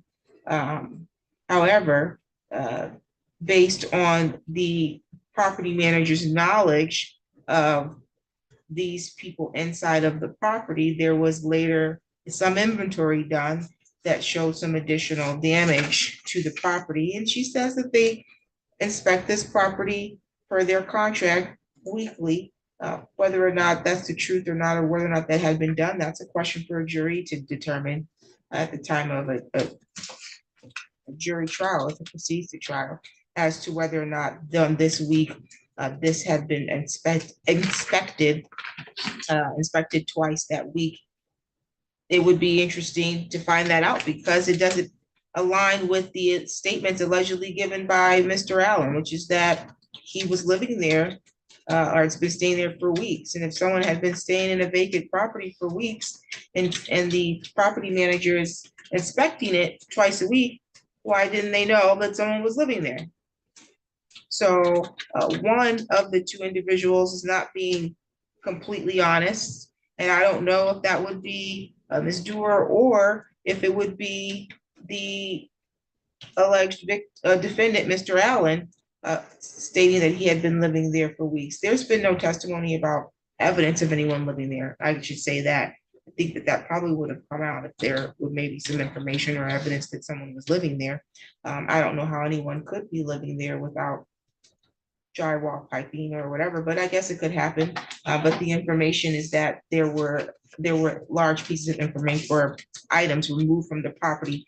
But also it should be noted that there were witnesses that that was not the witness that testified in court that called 911 and said that there were two people going to a vacant home that shouldn't be there removing things. So the court satisfied as to count one the court is satisfied as to the request to add count 3 of home invasion in the second degree for both defendants. That will be bound over to the circuit court. Count 2, malicious destruction of property based on the same set of information and facts that there was a large amount of electrical wiring or piping that was determined to be missing after locating these two individuals in the home. Circumstantial evidence would lead that it's probably more likely than not that they had something to do with that if the property had been being inspected and there was no reason to believe that there had been a breach of that property prior to the date they were seen leaving the property. So that will be bound over to the circuit court. The bind over date on these files is going to be March 26th. Are we proceeding on the next files? One moment here. Pardon? Still on the next exam. I got it. Yeah. Right, here, people are prepared to proceed. People are first gonna call. Kara Freeman.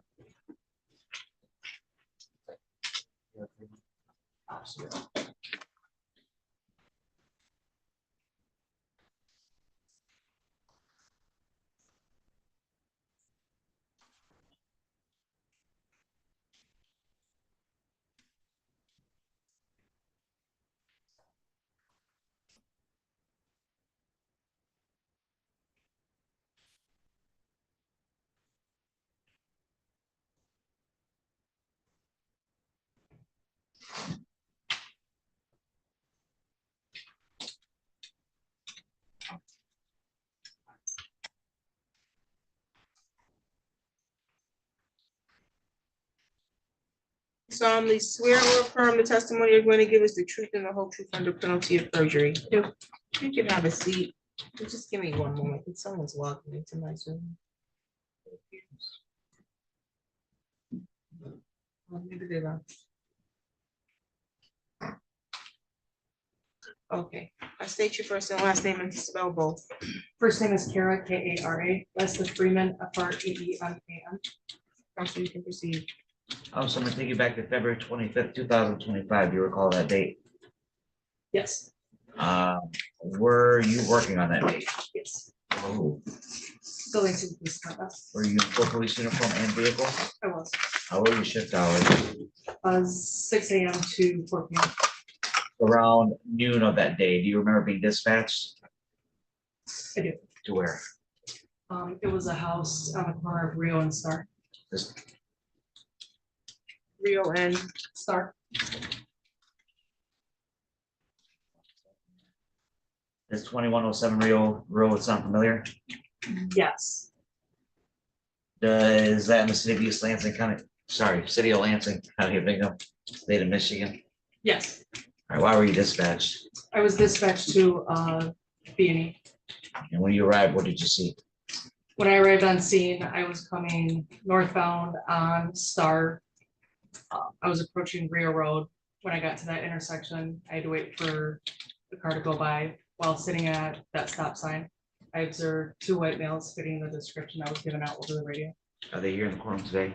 Yes, Can you please point to them, identify something that they're wearing? sure. One of them sitting to my right in the blue jumpsuit, one sitting to my left in the blue jumpsuit. Do you know their names by chance? I do, Which, do you know who's who? yes. Who's who? Alan's gonna be to my right and Dwayne's gonna be to my left. Let the record reflect that identification has been made for purposes of preliminary examination, Your Honor. Any objection? Without objection. So noted. So when you saw them, what happened next? When I saw them, Dwayne had a very large box. From where I was at, I couldn't tell what type of box it was. Alan was standing just to the right of Dwayne, and he had a blue dolly. And Dwayne was loading the large box onto the dolly. What did you do when you saw that? At that point, I believe I called it out over the radio. I hadn't initiated any emergency equipment because I didn't think they'd call me at that time. When the vehicle passed through that intersection, I proceeded through the intersection. That's when Dwayne looked at me and then Alan looked at me and then both of them stopped running. They both ran away. Yes, Do you know if they got caught later? they did. Did you ever, well, what did you do next in regards to your investigation? Next, I called out the direction that they were running. And then I could observe Alan running northbound through the backyard. I believe it was 4502. Real Road is where I ended up taking Alan into custody.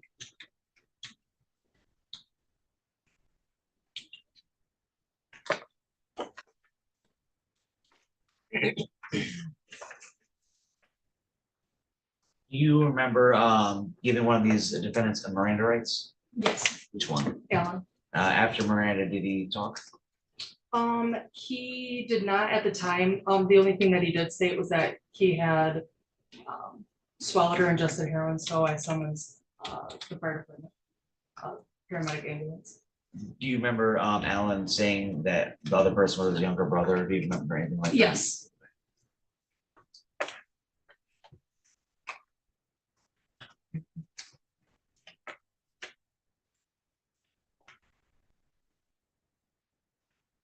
Did you ever go to the residence and observe any damage, or No, I did not. was that officer somebody else? It was somebody else. Okay. No further questions, John. Thank you. Cross-examination. Good afternoon, officer. Good afternoon. So you stated that you were dispatched regarding a breaking and entering, is that correct? Yes, And then you saw the two individuals who you later identified as Mr. Allen and Mr. Dwayne McGinness, and you said that they had matched the descriptions you were given, is that correct? correct. Could you go into more detail about that? Do you recall what type of description you were given? I don't recall, and I don't believe I put in my report the initial description that was given by dispatch. And so you don't have any recollection as to what description was given to you? No, But when you were en route, did you have certain particulars in mind of suspect or suspects you would be looking for? more so the property that was believed to be taken out of the house. I believe one thing that was mentioned was a microwave. So that was one thing I was looking for.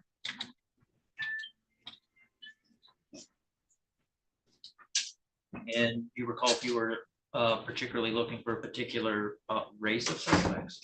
I don't recall. You recall if there was any particular items of clothing on these suspects that you would have been looking for? I don't recall. Do you have a general description of what area they may be going in?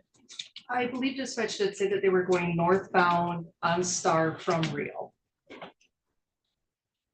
your mind, were you looking for someone on foot or in a vehicle, or do you not know or remember? I believe dispatch said that they were on foot walking northbound. So at that point in time, I believe my response time was 2 minutes. So I at that time was looking for somebody on foot because I hadn't been given vehicle that they had left. Do you know, or did you ever learn the identity of the person who called this in? I did not speak to them. Okay. Do you know who it is or was? No. Thank you, Your Honor. No questions. Leroy. Yeah, thank you. Thank you, Officer Greenman. Well, next call. Oh, let me advise you, there is a sequestration order, so you're not to discuss your testimony with me. Yes, ma'am. Well, next call, Adam Walter, I think he's coming in now. You said Adam. Walter.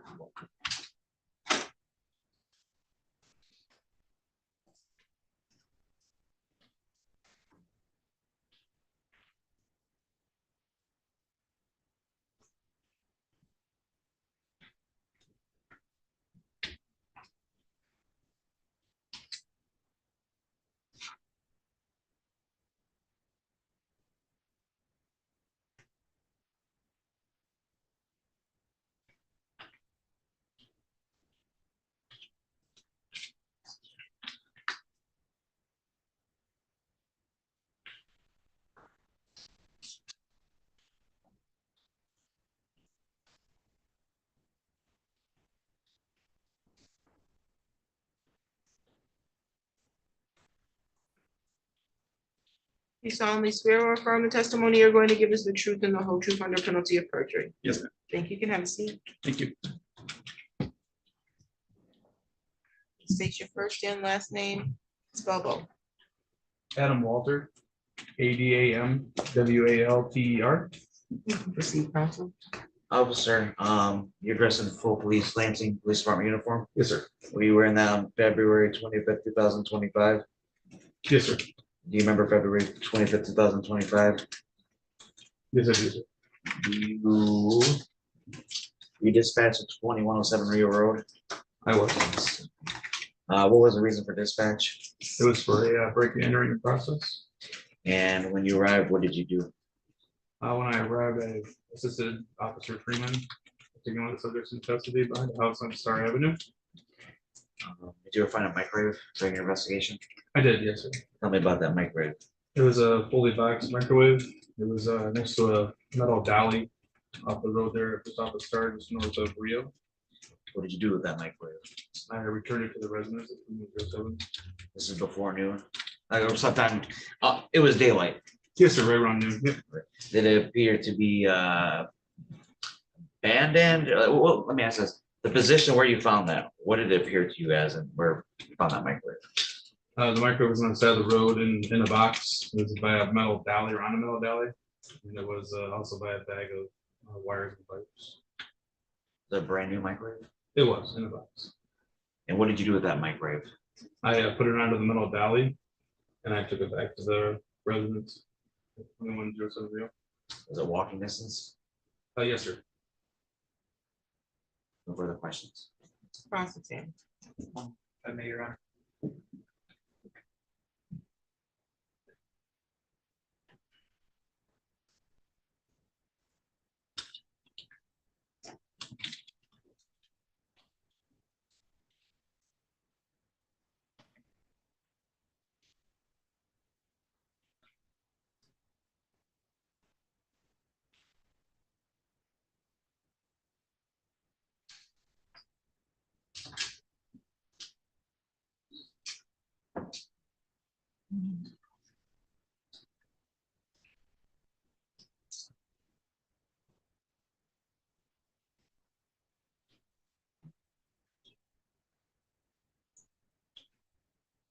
Morning, or good afternoon, officer. Sure. I think I just have one quick follow-up. You said the house that you went back to was in walking distance from where you arrived. Is that correct? Yes, sir. And can you elaborate on that? Are we talking like 30 seconds, couple minutes, or do you recall? The walk back to the house? Yes. It was within sight. It was probably approximately a 30-second walk back to the residence. A minute. Thank you. That's all the questions I have. None.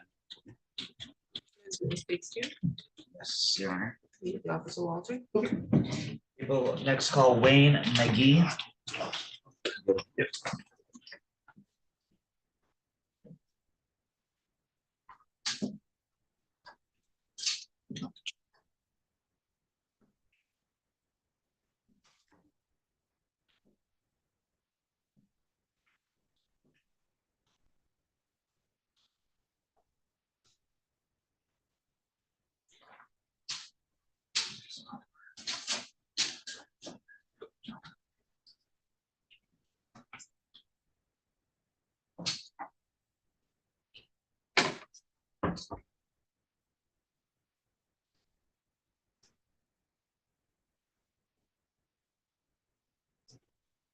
So.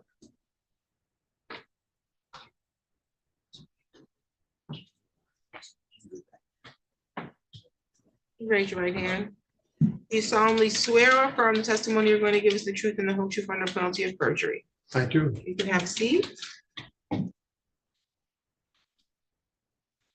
Okay, there's a microphone that's in front of you, and the purpose of that microphone is so that everything that you are saying is being picked up on the recorder so that a transcript can be produced at another time.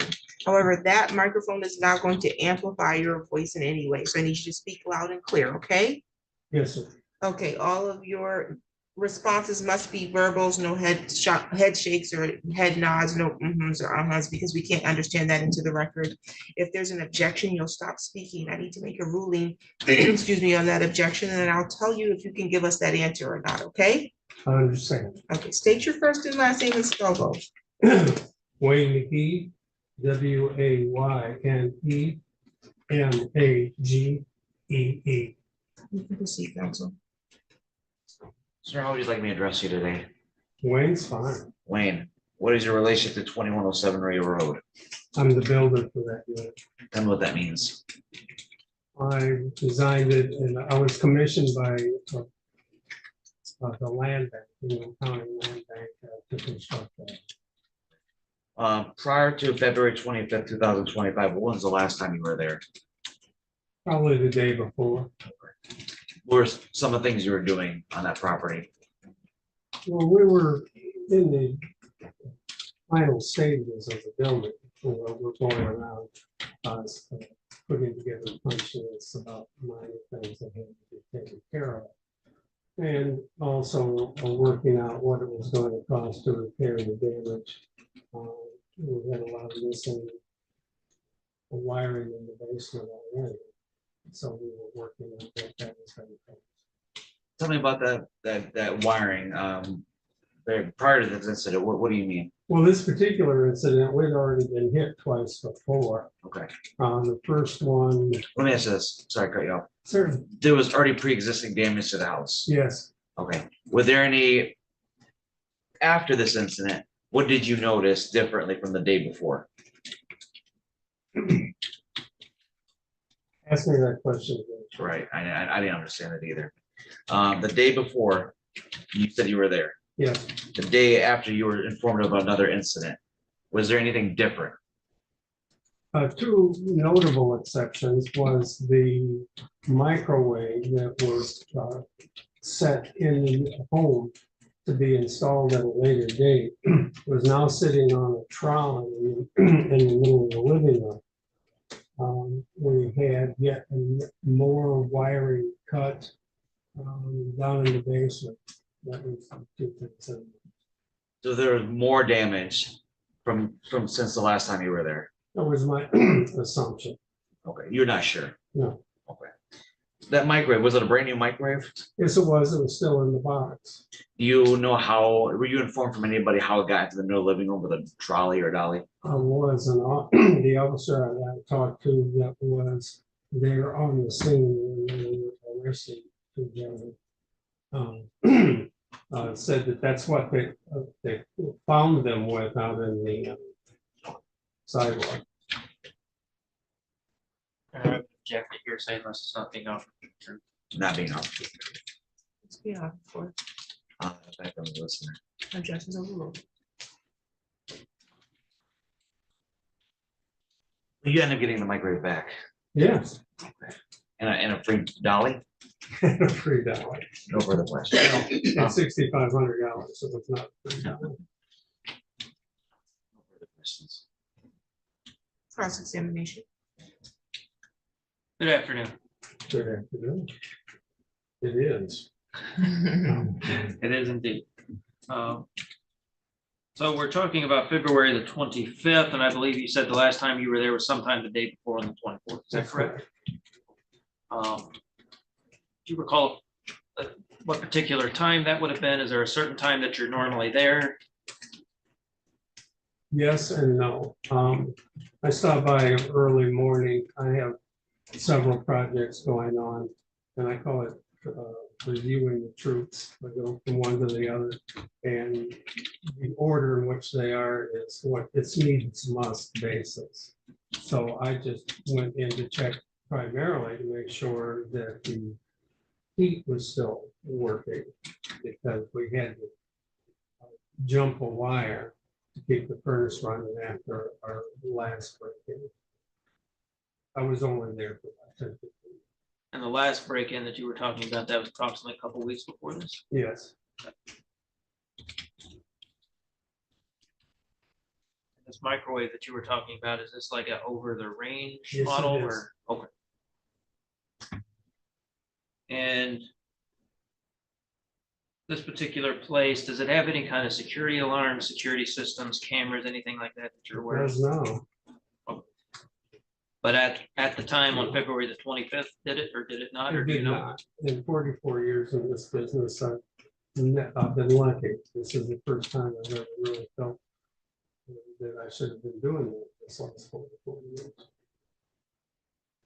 If I may, Your Honor.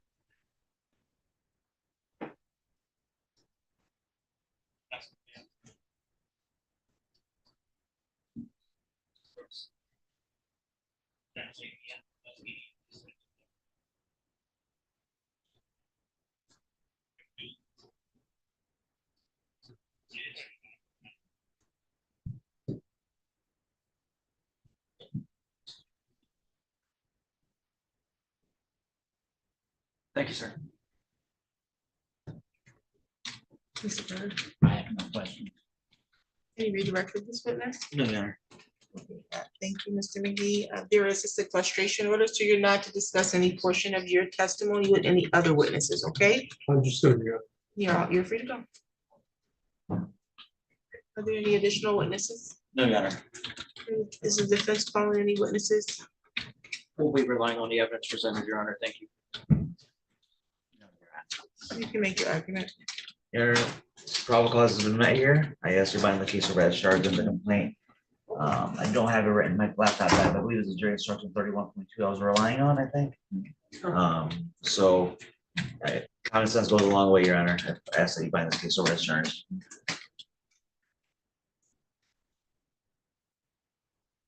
Not 31.2. Jury instruction what? I don't think have that's it. arson. Let me see if my laptop will open. Oh, this is home invasion second degree, correct? 25.2B. Okay, got it.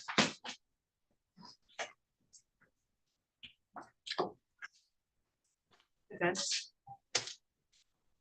Thank you, Your Honor. I'm going to oppose the legal motion for bind over and ask that the matter be dismissed. I understand the burden is probable cause, which is a low burden, but nonetheless, it's a burden that people must meet.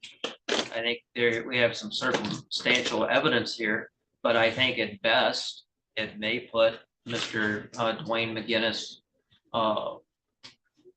within some property that may have been stolen or removed from the house. We don't have any direct or I believe circumstantial evidence otherwise indicating that Mr. Dwayne McGinness entered that house or entered that house or took or stole any property from that particular house.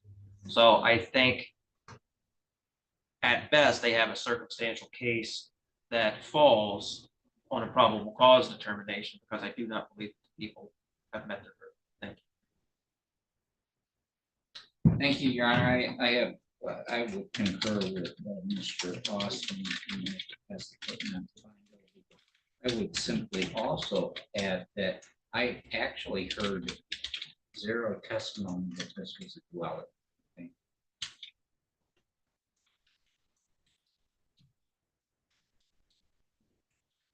Any re-argument? I may reopen the proofs if if Your Honor believes this is not a dwelling.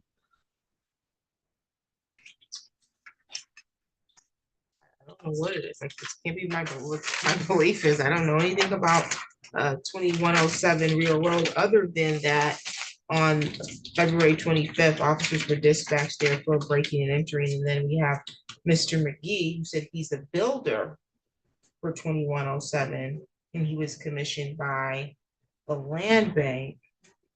You probably could have provided a little bit more, so I'll allow you to reopen the proofs. I don't know if you can grab them still. But yeah, well, I can see what was out there. I can bring anybody. Let me, can I step up for a moment? Yes.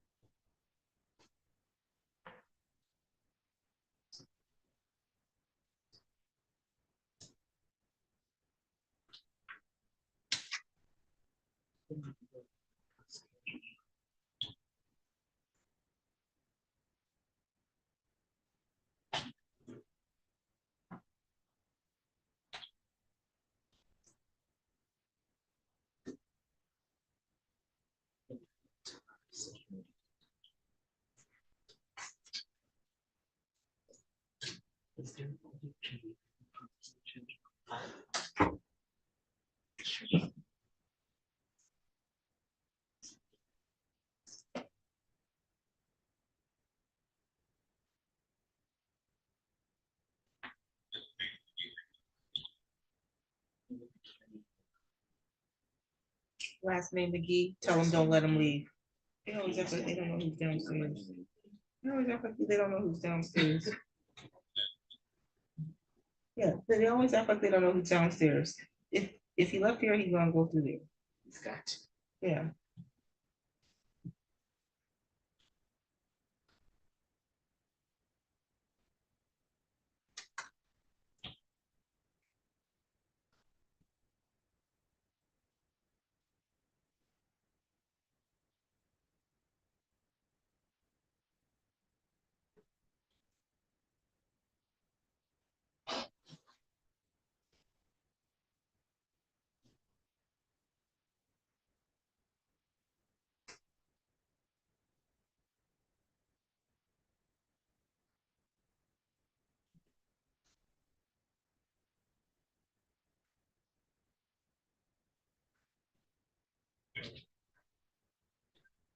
Thank you. Can you send it down?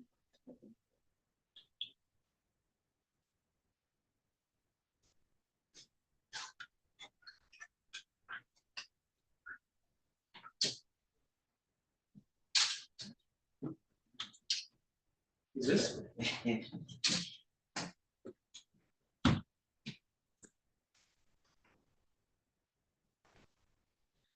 Please swear you back in. You still solemnly swear to tell the truth, the whole truth under penalty of perjury. I still do. Thank you. The address we just talked about earlier, what is that address? It is a 3-bedroom, 2-bathroom home, It's a dwelling. a dwelling. No further questions. Any cross-examination? I have none, Your Honor. None, Your Honor. Thank you. Thank you, Mr. McGee. Maybe I shouldn't use my phone. Let me give you my card, just in case. Have you ever called you before? I don't remember.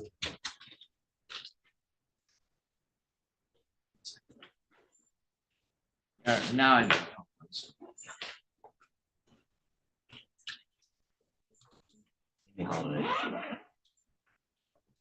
Okay, no, I don't think there's any further argument, correct? No. Okay, There's not any further argument, Your Honor. I just wanted to make a record. I understand the court's ruling as it relates to reopening proofs, but just to preserve the issue, I would have objected to that. People had the opportunity during their case in chief. There was a deficiency in that, and so I just wanted to object. thank you. Thank you. Okay, and so we have here count 1 in both files, home invasion in the 2nd degree.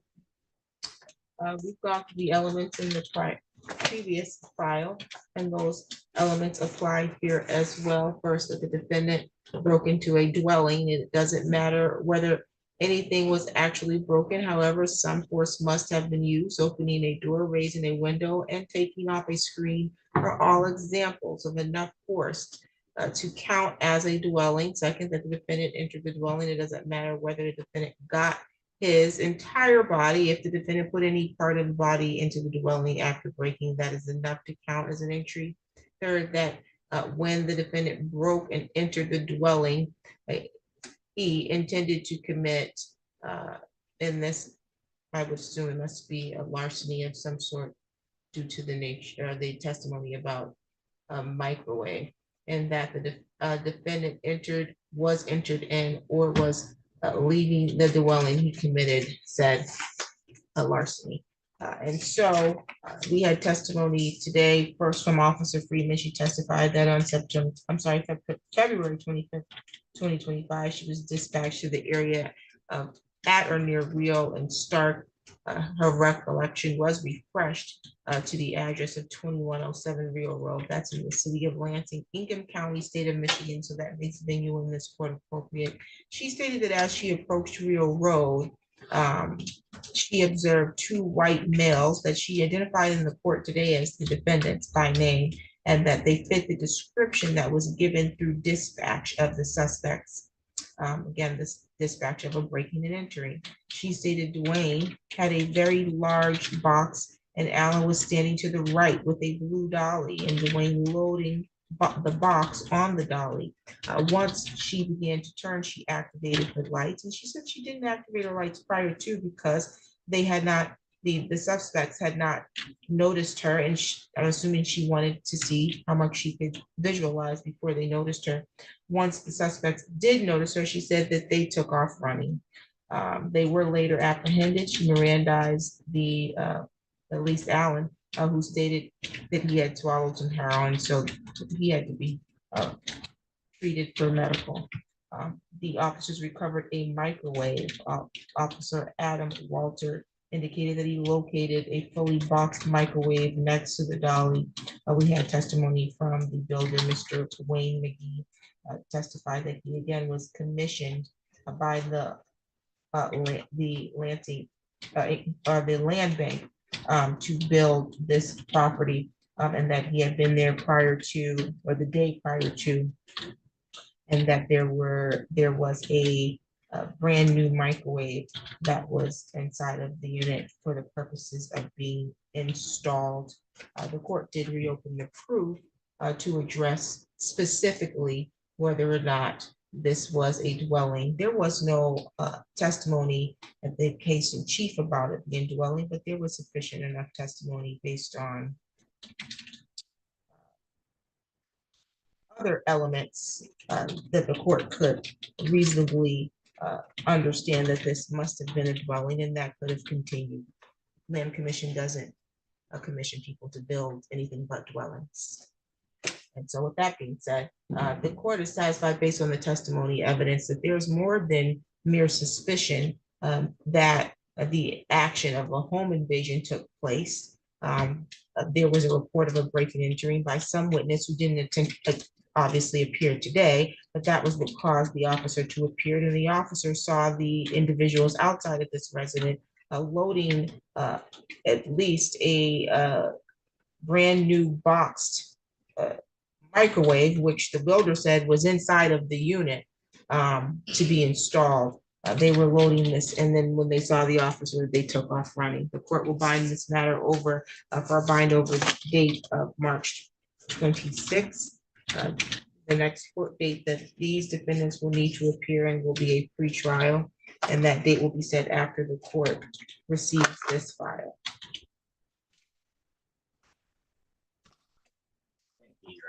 Thank you, Your Honor. I've not gone off the record yet. Oh, I did get that.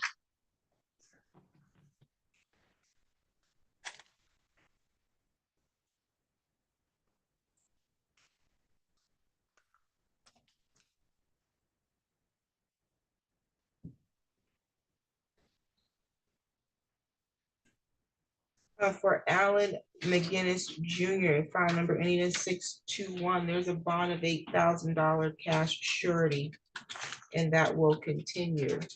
On the other file, the bond was set also at $8,000 cash surety, and says no contact with Brigida Dewar, not to be within 2,000 feet of wherever she is.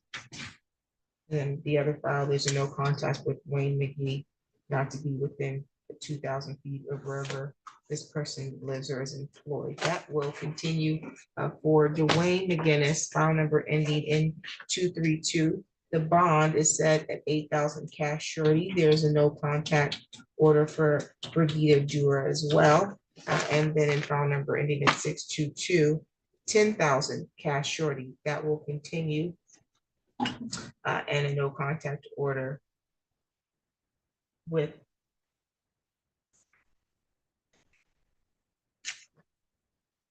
Dennis Van Cleve and Wayne McGee, not to be in contact or within 2,000 feet of wherever they are. That will also continue. Any additional matters for the record? No, Your Honor, thank you.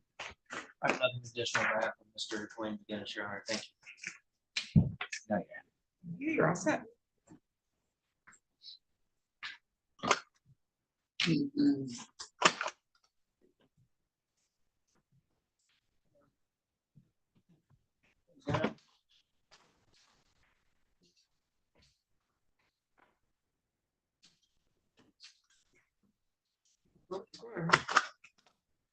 Someone to bring it, you have someone that needs to be sent it? I have sentencing Ashley Allen. She should be downstairs. Sweet already. Someone already. Ashley Allen, she's the first one. No, the other. She's on vacation for those days. Do I need to appear for sentencing here? That would be fair. Thank you.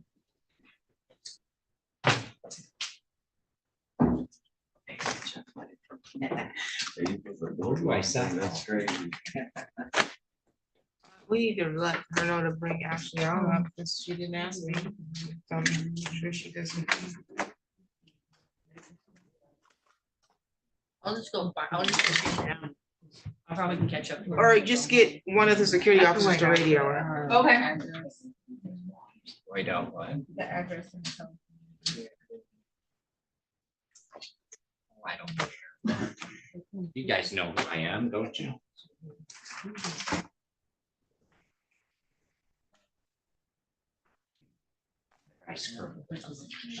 Thank you.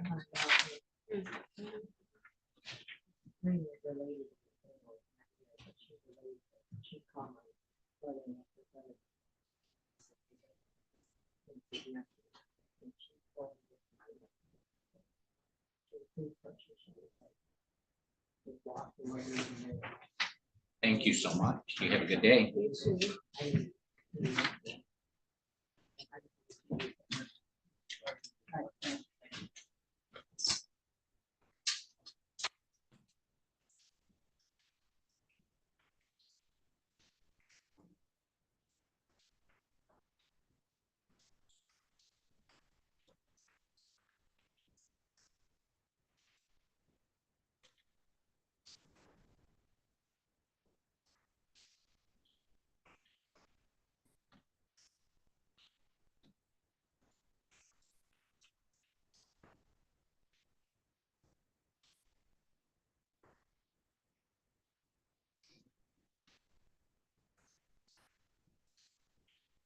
All right, thank you.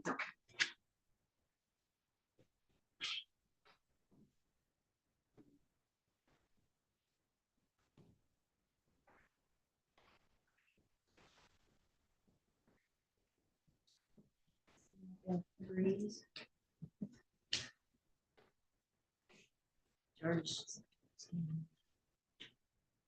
You think he'd be better? I haven't seen him forever, but you think he would. Just one more experience.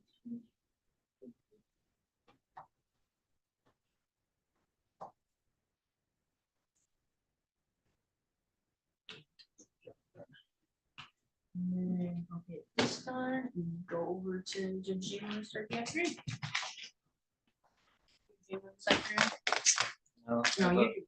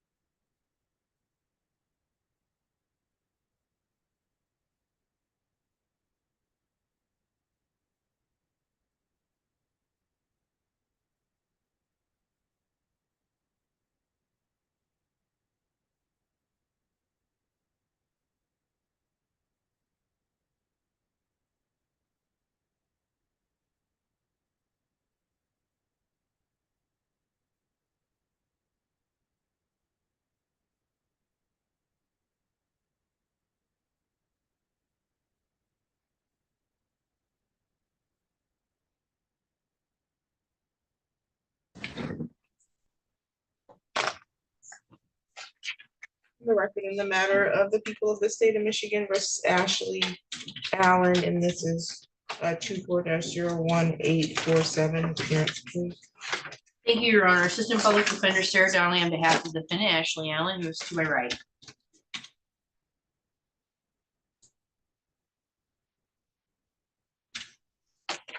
There was a date scheduled for sentencing. I do have a pre-sentence report. Counsel, it was prepared on the 10th of March. You got a copy of this? Yes, I did.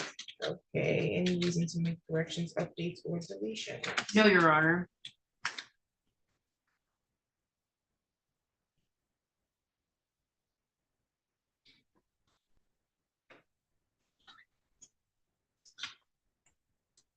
Make allocation. Thank you, Your Honor.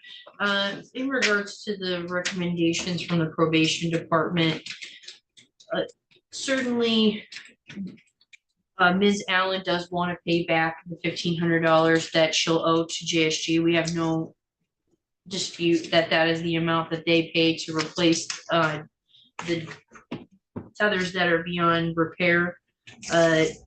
She does, as reported in the PSI, do receive a Social Security payment, so I believe that she'll be able to make payments on that. Her hope is that she can pay it off in the time that well, right now the recommendation is 12 months non-reporting. She would hope that she can pay it off in that time, but I've explained to her that the hope is that, you know, she can make those payments and stay out of trouble, so that she can complete probation. But obviously that'll be up to the court. She is scheduled for release on April 1st. So technically she doesn't get any credit for any of the time that she's been in jail since January 3rd. But if the court would want to consider giving her some credit, she has 19 days from today until she's released on April 1st. So we have no objections to being put on probation. We both think that she would be a good candidate for probation, or at least for a term of probation, to hopefully make sure that she stays out of trouble. Besides that, Your Honor, want the court to know, because it's not in the PSI, that while she's been in custody, she has been able to complete the parenting class. And before she's going to be released on April 1st, she will have MRT completed, and she is currently enrolled in CATS and will have that to enroll in after she's released. She will go to CMH and get counseling set up. It's substance abuse as well, right? Yeah, there's substance abuse. And so I think that's why there is a recommendation that the court order her to continue her current mental health counseling. So that's something that she also plans to do. Thank you. Thank you. Does your client want to make a statement? No, ma'am.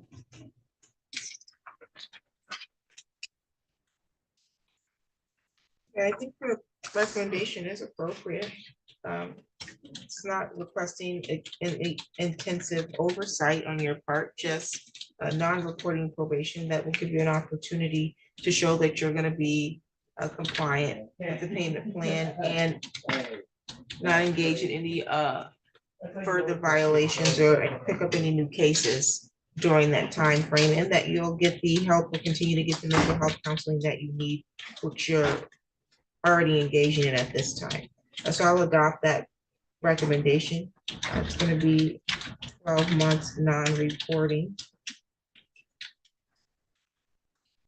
probation, and you'll continue your mental health counseling.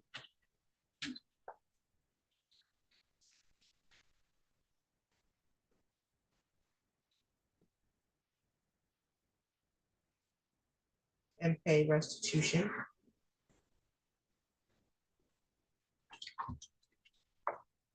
It says that the amount for restitution in this is $1,500, I believe.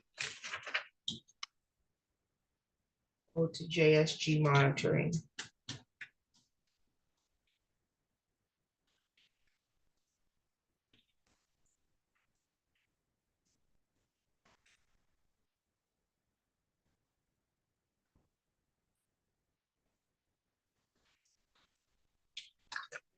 get a restitution form.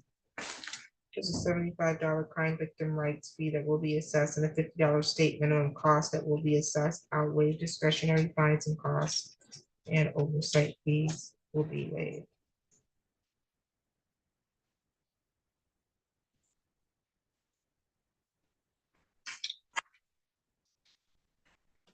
While out on probation, you're not to engage in any assaultive or threatening behavior. You're not to use or possess alcohol or drugs without a valid prescription. Yes, ma'am.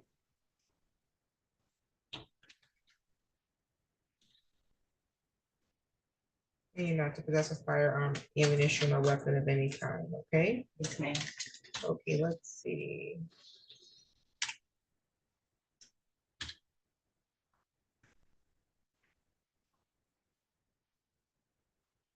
So your payments will be about $135 a month. Monthly for restitution, okay? Yes, ma'am.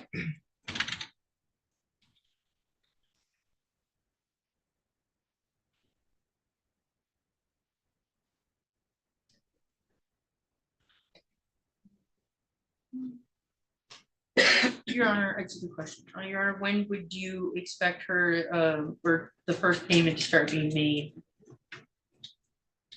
Well, she technically won't initiate or begin her probation until after she's out. So after she's April released. 1st, so You'll get out and. where would I you'll- make you'll the have to- payments to? You'll be making the, you can make them at the court because they gotta be paid to JSG, so you'll come and make them here, okay? Yes, ma'am. Okay, do you have any other questions? No, ma'am. Let me make sure we have a valid address for you post your release. You gave an address for your aunt, I believe? 3961 West 8th Street, Correct. Fremont, Michigan, 49412. That's the address we have, and a phone number ending in 6827. Yes, ma'am. Okay, that's the contact information that we have for you. Is it 6827? Oh, 6826. 894-6826, yes. That's the So number. it should be 6826. Yes, ma'am. My name's Denise Bennett. Okay, sounds good. Okay. Any additional matters for today's record? No, Your Honor, thank you. You're all set. Thank you, ma'am. You're welcome.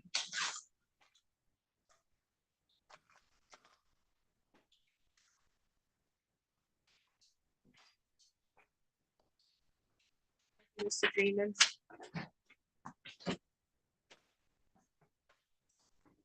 Come on.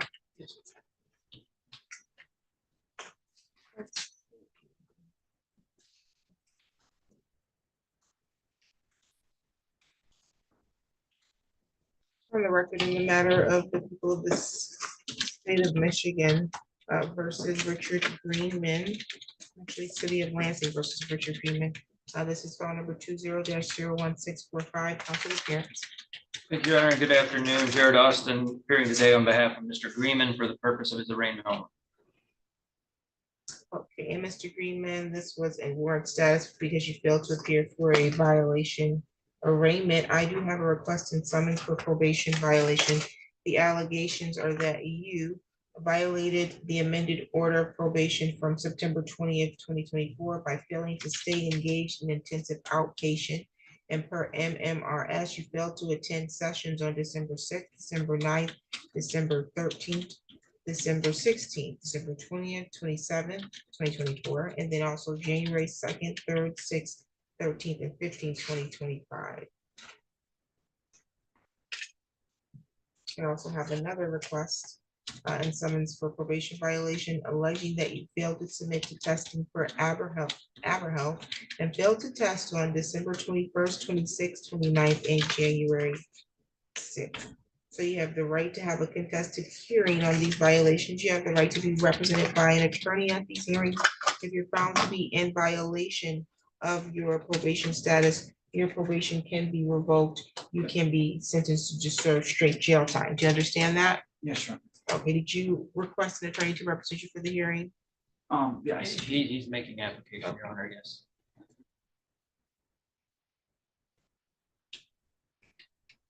The court will enter a plea of not guilty on your behalf. We'll set this for hearing. March 25th at 1:15. March 25th at 1:15. Have any questions at this time?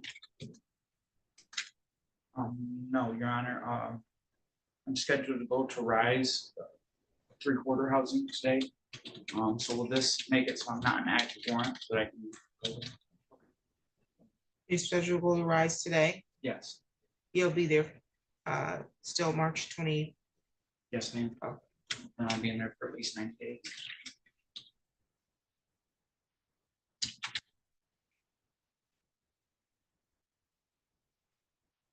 I'll note that here in the file. And has your phone number changed at all? No, ma'am, 619-4314. Okay, sounds good. Any additional matters for the record? No, Your Honor, the court set an official bond for Mr. Greenman on this particular violation. No, we don't typically, she's gonna continue his probation Okay, thank you. at this time, quash the warrant. All right, thank you, Judge. You're welcome.